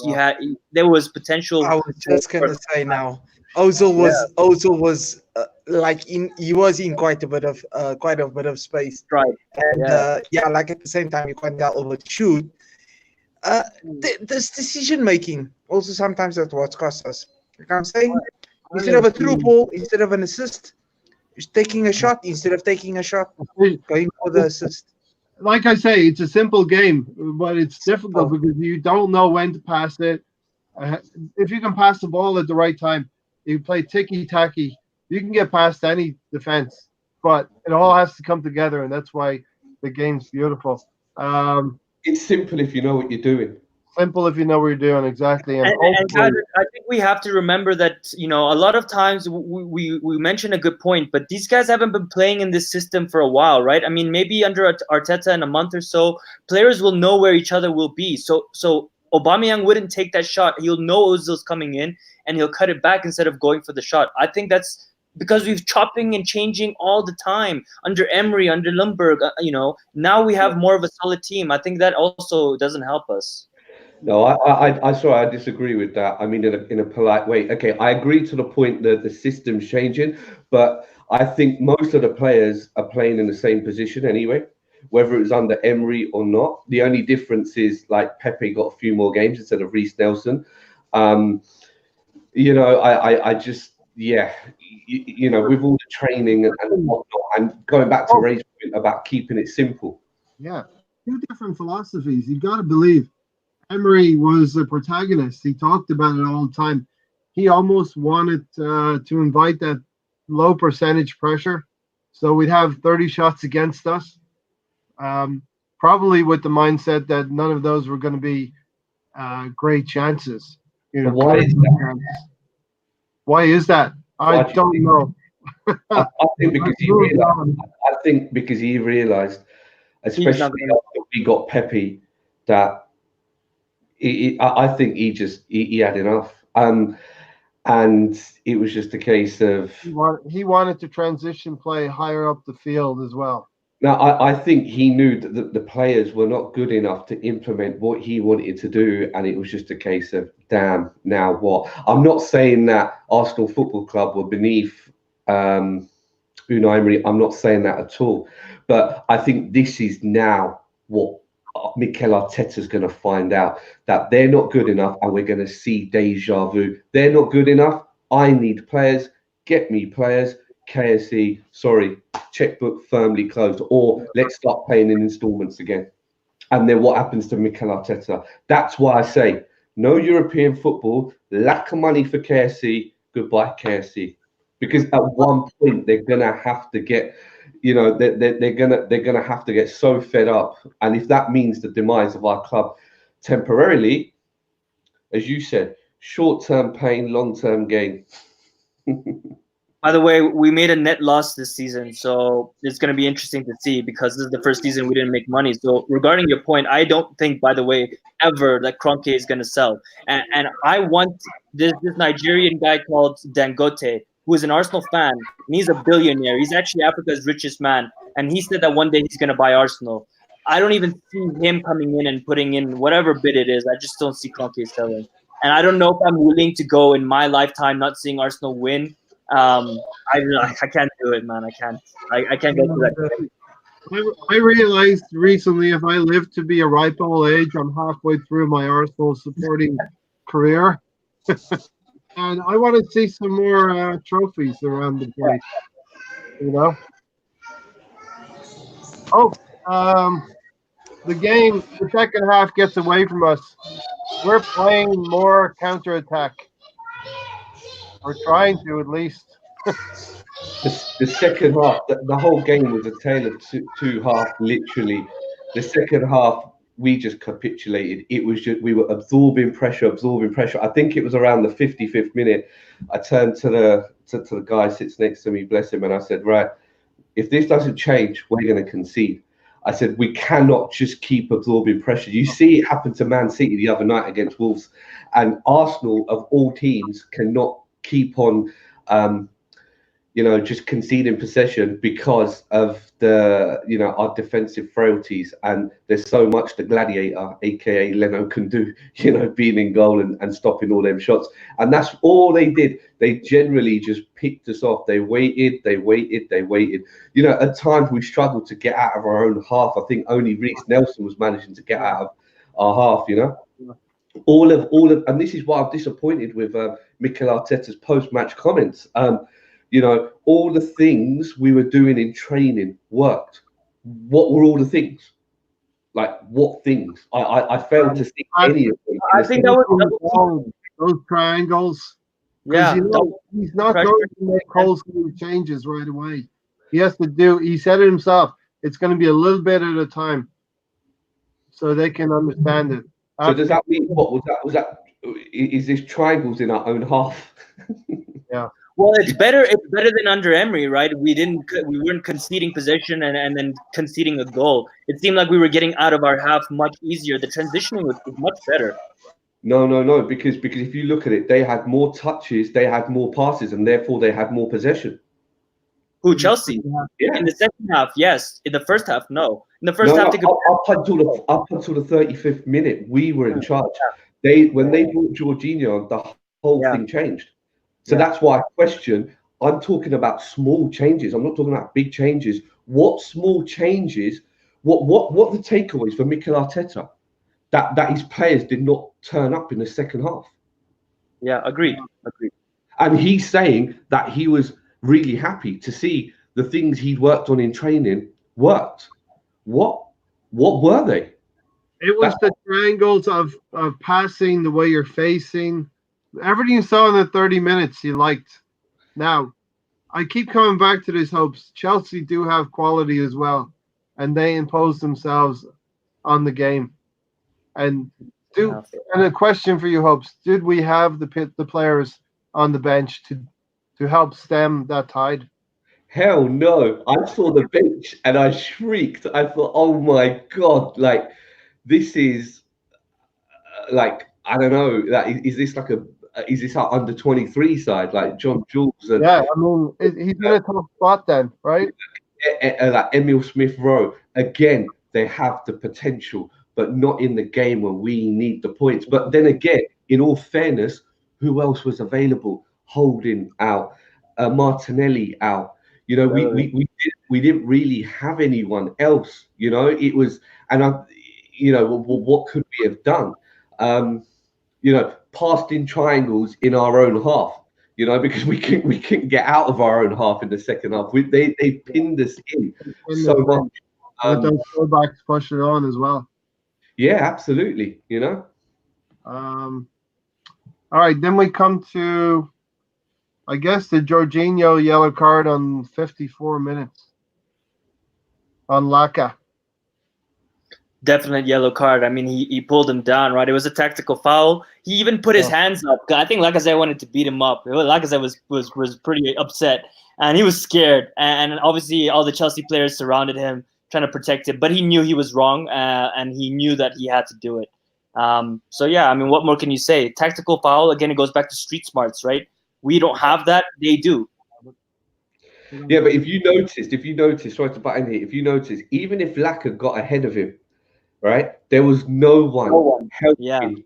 Yeah. Just like with Reece Nelson, 3 times he got forward in that second half, and there was nobody there. It's like the players thought, no, hold that they froze. We can't go beyond the halfway line.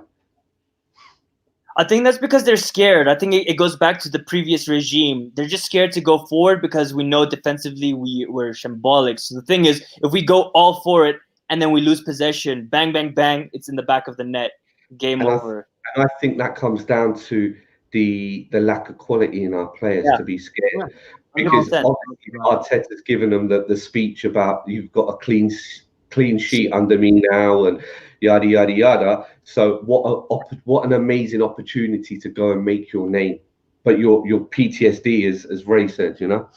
Yeah, what he also said, and I believe us fans feel the same way. We're all in this together. I know my wife hates when I say that. We're going to do things together. But the fans play a part in bringing the club up, and Arteta talked about that as well. Fans need to raise the players raise the fans. It's a symbiotic thing. Mahir, I'm going to come to you in a moment. What were you feeling in the middle of that second half? Yellow cards flying around. Jorginho pulls back on Guendouzi, and here's the second big. I believe there was two or three actually, but two big points for the referee to address. The first one was VAR should have addressed Guendouzi in the first half with being sent off on the second yellow card. And here we are in the second half. Jorginho pulls back on Guendouzi, pulls his arm in the same way. But no second yellow card there for Jorginho. I mean, if and but A seminal moment because Jorginho will go on to score the equalizer. like you say, Winduzi have also got sent off, right? But was still You're giving the referee an easy time today.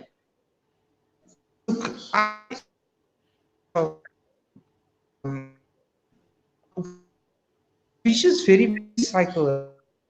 Ever started, there's always been something. So it's like with injuries, for example, when Kenny comes back, when Bellerin comes back, yes, all fair and well you'll see a totally new side. They chop and change. They leave Tierney on the bench for certain games where he's needed some lineup. Pelisilek's not good enough. I mean, I tried to back the guy during his first season, and it seems to be always just a cycle of excuses. As much as we try and push it one side, like it's injuries, it's the ref, it's this and that. I just wish we would be mentally strong when it comes to such things. As in trying to avoid. I think, again, I'm going to come back to the point that the referee is part of the He's part of the field of play. Hmm? I'm not using it as an excuse. It's a No, fact that it's he a was fact that he beautiful didn't today. send off Guendouzi for a second yellow. It's a fact that he didn't send off Jorginho for a second yellow. These are Yeah, I can. situations he bowed out of. The thing is, we can get very angry about it, but I'm past the point of getting angry about it because nothing's been done. The refs aren't fined for their mistakes. Players are fined for their mistakes. Players are banned from games uh, for consecutive yellow cards, which leads to red cards, for example. But Yeah. like I'm saying, the ref was poor. I can't get angry about it because even VAR, I mean, the whole thing is a whole show in itself, a whole podcast, where it's a time waster, it takes away the momentum. I mean, Hope's African Goon, I'm sure you agree with that. Yeah. And sometimes it gets it right, sometimes it gets extremely, Let extremely me wrong. let me ask you, Mahir. Guendouzi should he have had a second yellow card in the first half? I'm going to say he should have. We dodged one there.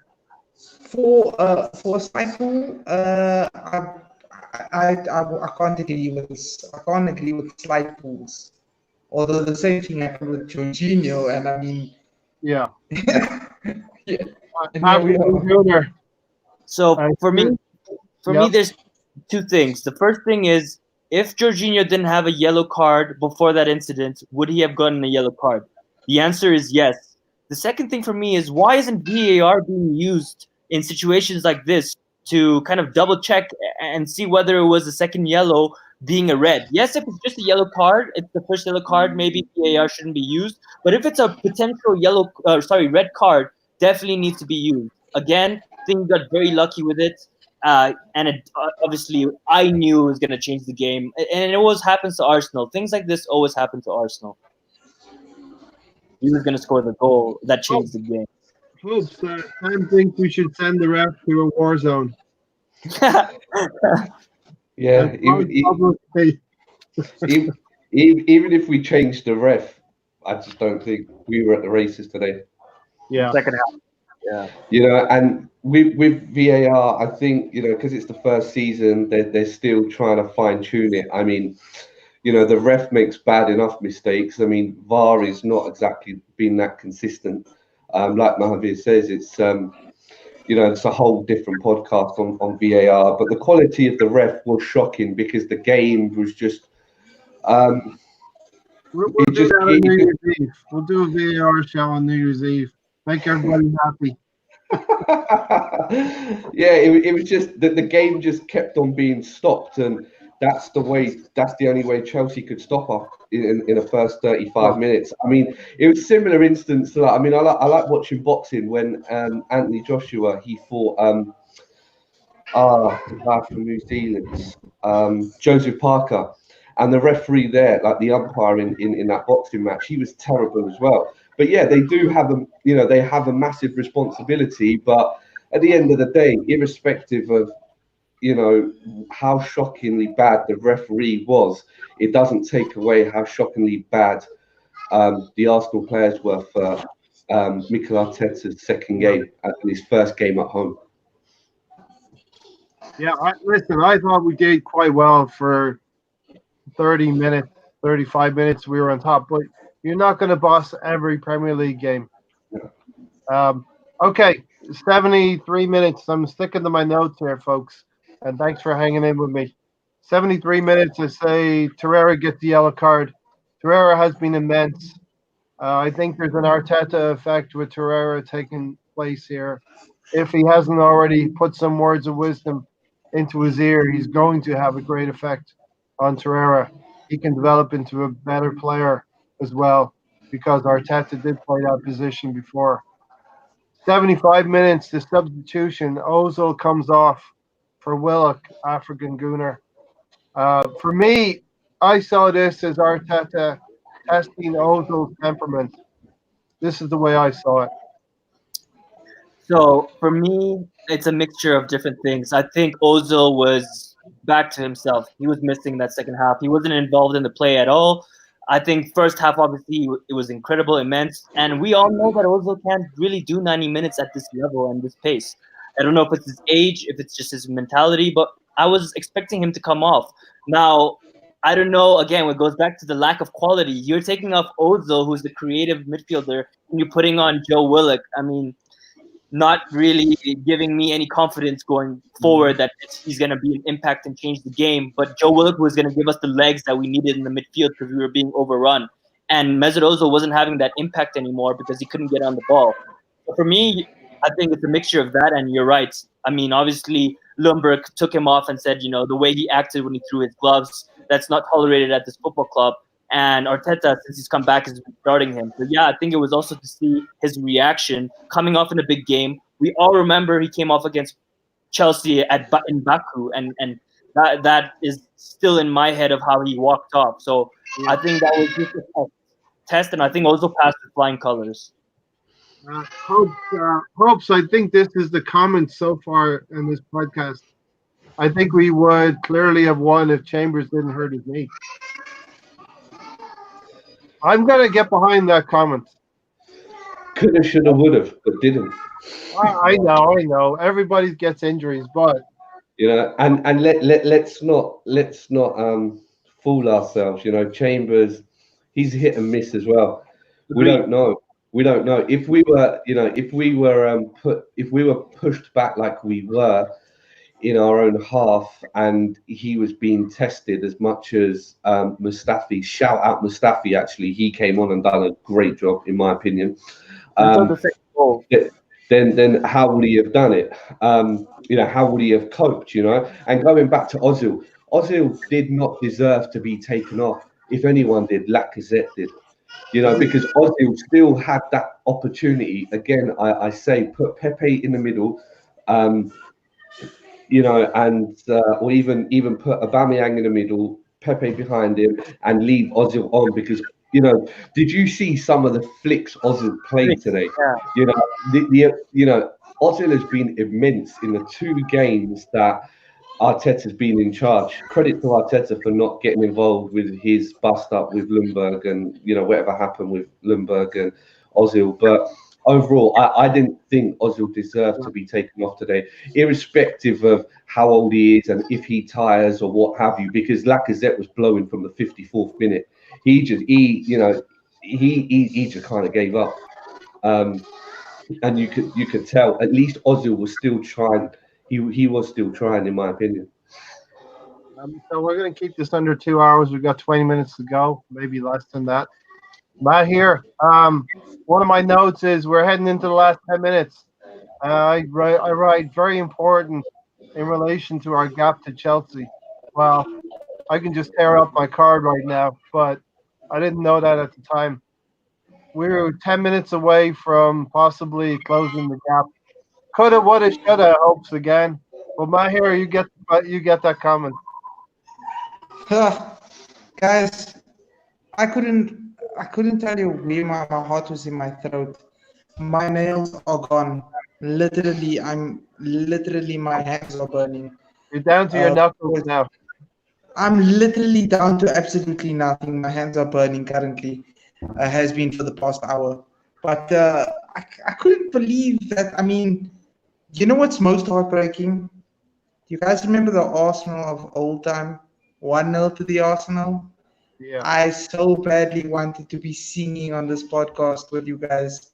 1-0 to the Arsenal. Yeah, I was anticipating talking about our last home victory of October 6th. We've got that all seared in our brain right now. I just want to forget about October 6th. I mean, I would have loved it to a T. With all the draws that we've been taking, you guys know, Chelsea have lost 7 matches and we've lost 5 before we played them today. And the difference was taking 3 draws instead of 1 win or 2 wins out of 4 or 2 wins out of even 5 matches. Because that is our life. That is our life. Negative goal difference. Throw FC negative goals. And African Gooner. We couldn't hold on to a 1-0 for just 10 minutes after the immense performance from all the players. We're going to talk about these 2 goals next. It's a point break moment. 20 going to hurt a little bit. It's going to sting. African Gooner. Since 1959, we haven't lost 4 home games in a row. 1959. I think for me, Years. Lacazette gives away a silly foul there. By the way, I think that should be noted. That was a really silly foul. Yes. And like Gunded News is saying, when that goal went in, I didn't have any feelings. Like I just knew it was gonna happen because Arsenal does this to us over and over and over and over again. Like I can't even count how many times this happens. The fact that my parents were going for a walk and my dad says, "Just be prepared that at the end of the game they're gonna score." It just even my parents know that. Supporter as well. Well, they don't have a choice because of me, but they see what I go through, They right? know the history. Yeah, they know the history because obviously they knew I was gonna be sulking after the game. So yeah, it's really disappointing. Hopes, you were in the stadium. I'm like, Leno, why are you going for a ball? You're hopelessly underneath that ball. What are you doing, Leno? I think he had to. One player we could hang our hat on this season. I think he had to come out for it. I think he had to come out for it, and in doing so, he made a total hash of it. Just like you said earlier, there is no way we're going to be perfect each game.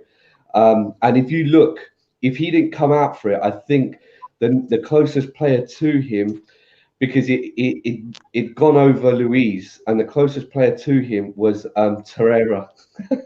And he's not exactly 6 foot, is he? And I think there was a Chelsea player coming in at the back post.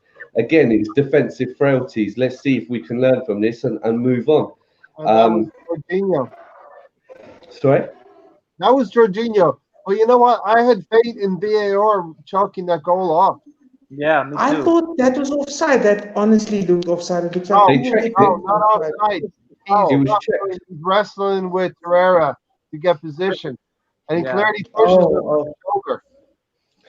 Yeah, it was checked, wasn't it? But it was VAR didn't give it. No, I think they were actually checking for the offside instead of the foul. And I think the foul was too minimal. It was too minimal. Like I wanted it obviously, but minimal. And I agree with you. Definitely Leno had to come for it, but he just messed it up big time. But Am I the only one clutching at straws here, African Gooner? Hopes. Am I the only one clutching desperately at straws? I really thought they was going to do us one favor. They've given Liverpool so many. I thought we were going to. Liverpool have been immense, but they've had a couple of decisions here and there. And well, I like Liverpool. Let them get it this year. We just get them. As long as it's not undefeated. Huh? Well, I think it would have helped if we had like more than 2 defenders who are like over like 4 foot tall, with Saka and Torreira. I think that's why they kept playing aerial balls.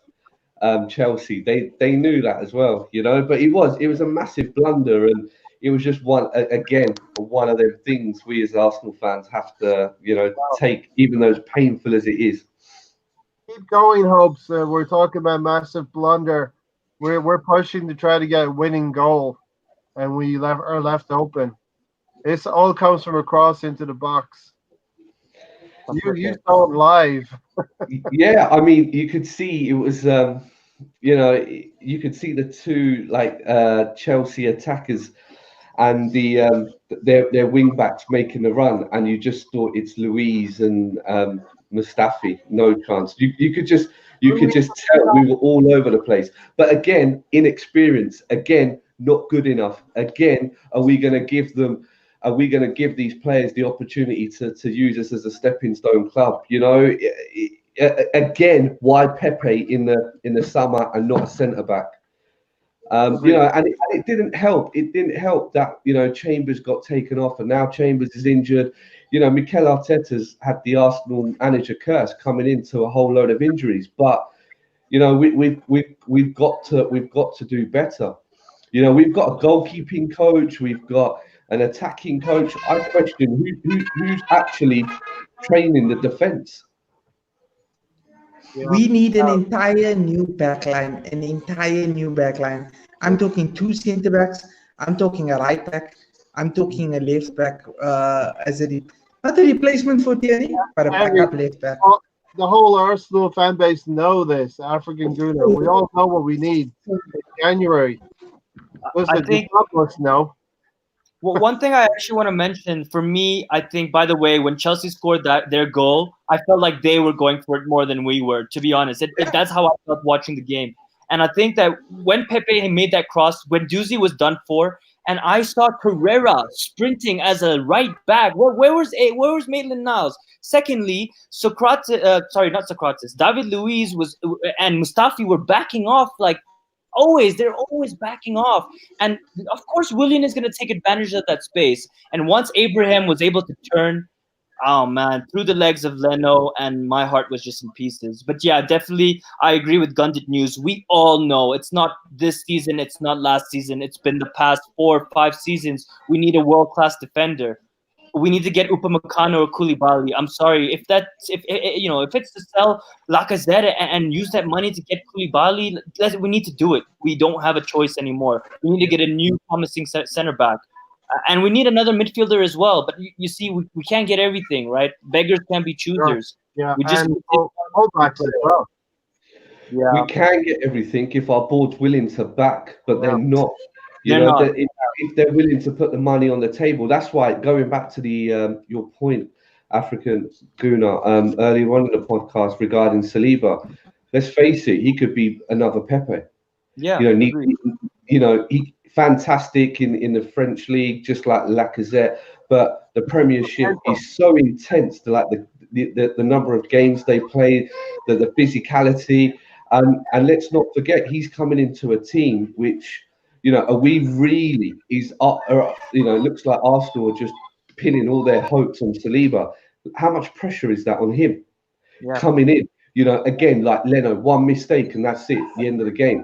Um, it's really dire straits at the moment, and the a thing we need to do is really, like, start training our defence, and hopefully, like with Tierney, it's such a shame he got injured and he's out till March. Literally, I guess most of his season's over. He's going to have to wait until March, April, May, and then pre-season training in order to find his feet, and then is he going to be played, or is Kolasinac going to come in a bit like Reece Nelson and Pepe? You know, yeah, and Um, Bellerin's never been good enough. I'm sorry, yeah, he yeah, has yeah. pockets. Agree. But I Inconsistent. don't think we're going to spend the money. We don't have the money to spend on another right back and another left back. We just got to get 2 center backs and on the defensive mid. That's all I ask for. I know there. Our board has the money, but they don't want to. They don't want to pay out. They want to make the money in order to spend it. Yeah, Yeah, No, man, that's absolutely ridiculous. Hopes. Here's the what I'm hearing. I'm hearing ties to right back from Bayern Munich, Boateng, centre back Koulibaly, Upamecano. Saliba might come in. He might do well. He may be another flop, like African Kuna said. And in the middle, maybe Dries Mertens. Maybe you guys should follow along if you guys are not. I'm gonna check out you guys as well if you're doing transfer videos, because I have a feeling. I have a feeling if they back him, if they want to get us back to where we need to be, and they truly want to back Arteta, and they manage to make a few big name signings, big name signings, especially the centre backs and a right back, because I mean even a possible replacement left back for Tierney, because unfortunately, I mean I love Tierney. Kalisinak's never been good enough. Bellerin, yeah, you never know what's going on with him. He's more concentrated on fashion, yeah. even though maybe he has been playing well 1 or 2 games. But you never know what to expect. So, yeah, right back, 2 centre backs. Uh, as you said, African Kuna, a midfielder as well, maybe a Decore. How would you guys feel about the Dries Mertens possibly coming in? I know he's old, but it's just all rumors at the moment. I take him. He's quality. I mean, I think he's almost at the tail end of his career. But we need someone who's commanding, like a Patrick Vieira. We don't need a flair player. Exactly. We need a Exactly. Yaya Toure in his day. yeah, exactly. Why we didn't sign Yaya Toure? Oh my days! Did you stick around for the Chelsea celebration? Yeah, I did. Sadly, You got That to sounds support. like You got to support through thick and thin. I'm not one of these flip flop fans. That's it. I thought maybe it might put a rocket up our players' backsides, and they might, out of pride, try and do something else. Yeah. You know. What was the feeling around you? There's still some goodwill for Arteta? Or No, there was a lot of goodwill, but there was a lot of frustration. Why were the subs not made sooner? Why Yeah. wasn't Pepe brought on? Why wasn't Lacazette taken off? There was, nobody was anti Mikel Arteta. Not that I heard anyway, and I sit in a really, vocal part of the Emirates. However, there was just frustration. Like, come on, do something. Even with the lack of players we had on the pitch, like even when Ozil went off, people were like, "No way, they don't deserve to go off." So there's a bit of confusion and frustration overall. yeah, and I mean, you can feel it on the. I was watching the television. We could all feel when we needed to stem the tide, and Arteta didn't really act. Only with Joe Willock and Ozil coming off. So let's round out the show with new philosophies. It's going to take for me. It's going to take a little bit of time. I think it's starting to happen already. We saw it at Bournemouth, and we saw it today. We almost got across the line. I'm willing to put my neck on the line and say we're going to win. We're going to beat Manchester United on Wednesday because I can just see what Arteta's trying to do with this squad. And who wants to go next? Me. I want a refund for my £100 that I spent today. I was so Did you angry. have fun? Did you enjoy the first 30 minutes? Only but then We'll give give me you keep £70 £30, keep £30 and refund the 70. Yeah, we'll give you 70 Um, back. I'm actually, I don't mean to catastrophize here, but I'm actually really concerned because we've got a fresh out of the packet new manager who's coming with all these credentials. I thought today we took a major step back in so much as we did not build on what we saw at Bournemouth. We stopped playing football after 30, 35 minutes. We were just You making got to numbers. take the requisite quality of the team that you're up against. And I don't think Chelsea are all that. No, A lot of teams, a lot of B grade, C grade teams have turned them over. Why? Because of the work rate. I thought today Mikel Arteta was found wanting. I was very fearful because I did not see a plan B. Things are going to go wrong in a match, just like Lampard. He's only had 19 or 18 extra games ahead of Arteta, and Arteta should have seen to change things early on. So against United, it killed me to say this, but I now am very, very fearful, and I think United will smell blood. And they won't necessarily outdo us, but what they will do, they'll just like Chelsea did today, they'll pick us off, and then we'll be found wanting. And I bloody will hope, for God's sake, Lacazette does not start on Wednesday. there are some killers on that team. Martial is in form. He can put away a chance. How long, guys? How long is Martinelli? How long is he out still? I'm I'm not not sure. sure. He has a tight hamstring, right? So I'm not sure how long usually that is. I heard it was like 1 or 2 more games and he's back. I think he's ready, but they're just being cautious with him. Well, I'm glad that Stan the Man was able to swerve the hike, and that's accomplished by us talking almost 2 hours. So thank you. Appreciate it. We provide a service around here. African Gooner, what do you think about the philosophies moving forward? Yeah, you know what? I have a mixture of both of your feelings. I definitely see where you're coming from, Ray. I think in terms of improvements, I've seen such a drastic improvement from Emery and Arteta in such a short span of time that I'm so encouraged. But at the same time, I do agree Chelsea they're not that great. They're a very young team, and I'm very concerned that after 35 minutes, basically, what was going on? We weren't really playing a football match, really. And to see that drastic difference between the first 35 minutes and the rest of the game, I want to know what happened. Like, what happened, right? It can't just be Jorginho changed the whole game because, as we said, Arteta says he wants to impose our own game. So it shouldn't matter what Chelsea did. We should have still been playing the way we were playing. And, I was really fearful. I knew we needed a second goal because we always need a second goal. Classic Arsenal, when we don't have that comfort lead, we're too fragile.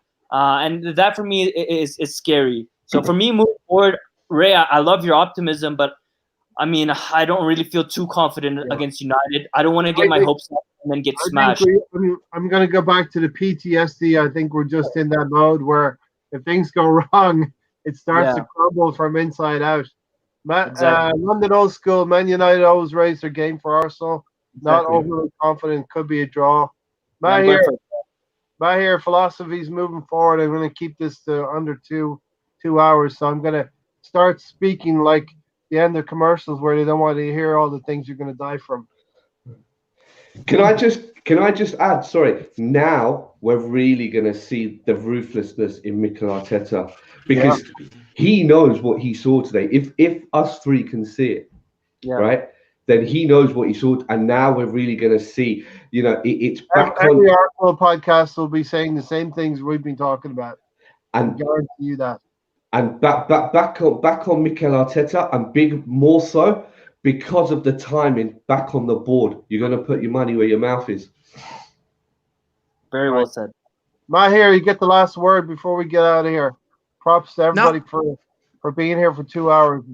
Three guests here. Thanks. Yeah, I just want to thank everybody for being on, especially the African Guna and my guy here, Hopes, because he joined us. He joined us as well. We really do appreciate all the love and support, guys. Go follow these guys as well. And what else can I say? But we move on, and we, like Hope said, like African Guna said, yes, we are devastated at the moment. It was really heartbreaking for a Sunday to start off a Monday with a lot of banter from other fans. But football is football. We do appreciate all the love.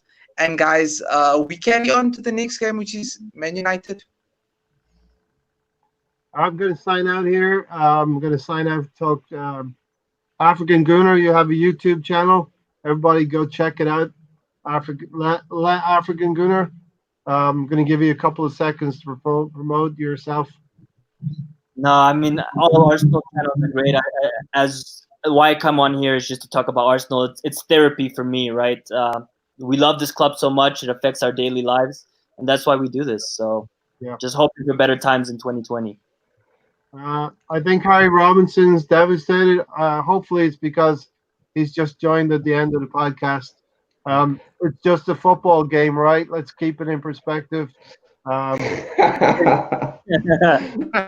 Yeah, thanks so much for the talking for 2 hours, Hopes, right? Yeah, thanks so much everyone for listening, and it was nice to clash horns, African Guna. It wasn't nothing personal. It's just a passion, it's just a game. We're all respectful here. We all, Mahir and we fight all the time as well. Yeah, it's nice. It's opinions, and opinions is what make the show. So I wasn't trying to be. Harry Robinson, we'll see you in the new year. Don't worry, there'll be more podcasts. You can join us anytime. Listen, if anyone wants to come on the podcast, DM me at Arsenal Circle. Get in touch with Gundam News on Facebook. I want to thank all three of you actually, because we went through this. It's been 2 hours, by far probably the longest podcast we've ever done. And definitely. So much appreciation to Hopes who went to the game, to Mahir, Gundam News, and to the African Gooner. Tell me just 1 second, African Gooner, your little life story about Arsenal, when you got into them, how you got into them. For sure. So unlike you guys, and I'm not too sure about Gundam News, but I'm 23, so Wenger was pretty much it for me. My family is from Congo, so very French-oriented in terms of culture. I went to French school when I was young, and obviously Arsenal was all about French players and French culture with Arsene Wenger. And so when I was 3-4 years old, one of my teachers and all my friends at French school supported Arsenal. Thierry Henry was my favorite player. And once I watched Arsenal play, that was it for me. And I never looked back. Great. Hope, I've got one question for you. You've been texting me. You had a lot to get off your chest. Did you get it all off? Most of it. Most of it. Yeah, most of I, it. I want to That's wish good. all three of you a really, really happy new year. Thank you. Take care of yourselves, be safe, and we'll see you in 2020. That goes to all the subscribers. Much love to all of our Yeah. Much love. Happy subscribers. New Year, bro. Thank you for having me. Everybody in the comments. There's many more people that watch it and play back when and if they have time, if they're not out with their missus and doing all that stuff. You know what I mean? I Exactly. understand priorities are priorities. Hey, we go forward to New Year's Day. I will be watching with interest the next chapter of the Arteta era. Thanks again, everybody, for coming in. We are out of here. Come Come on, on, Arsenal. up One the love, Arsenal. guys. Oh, keep the faith. It's gonna hurt. Short-term pain, everybody. Short-term pain, but it's Short good term. for your development.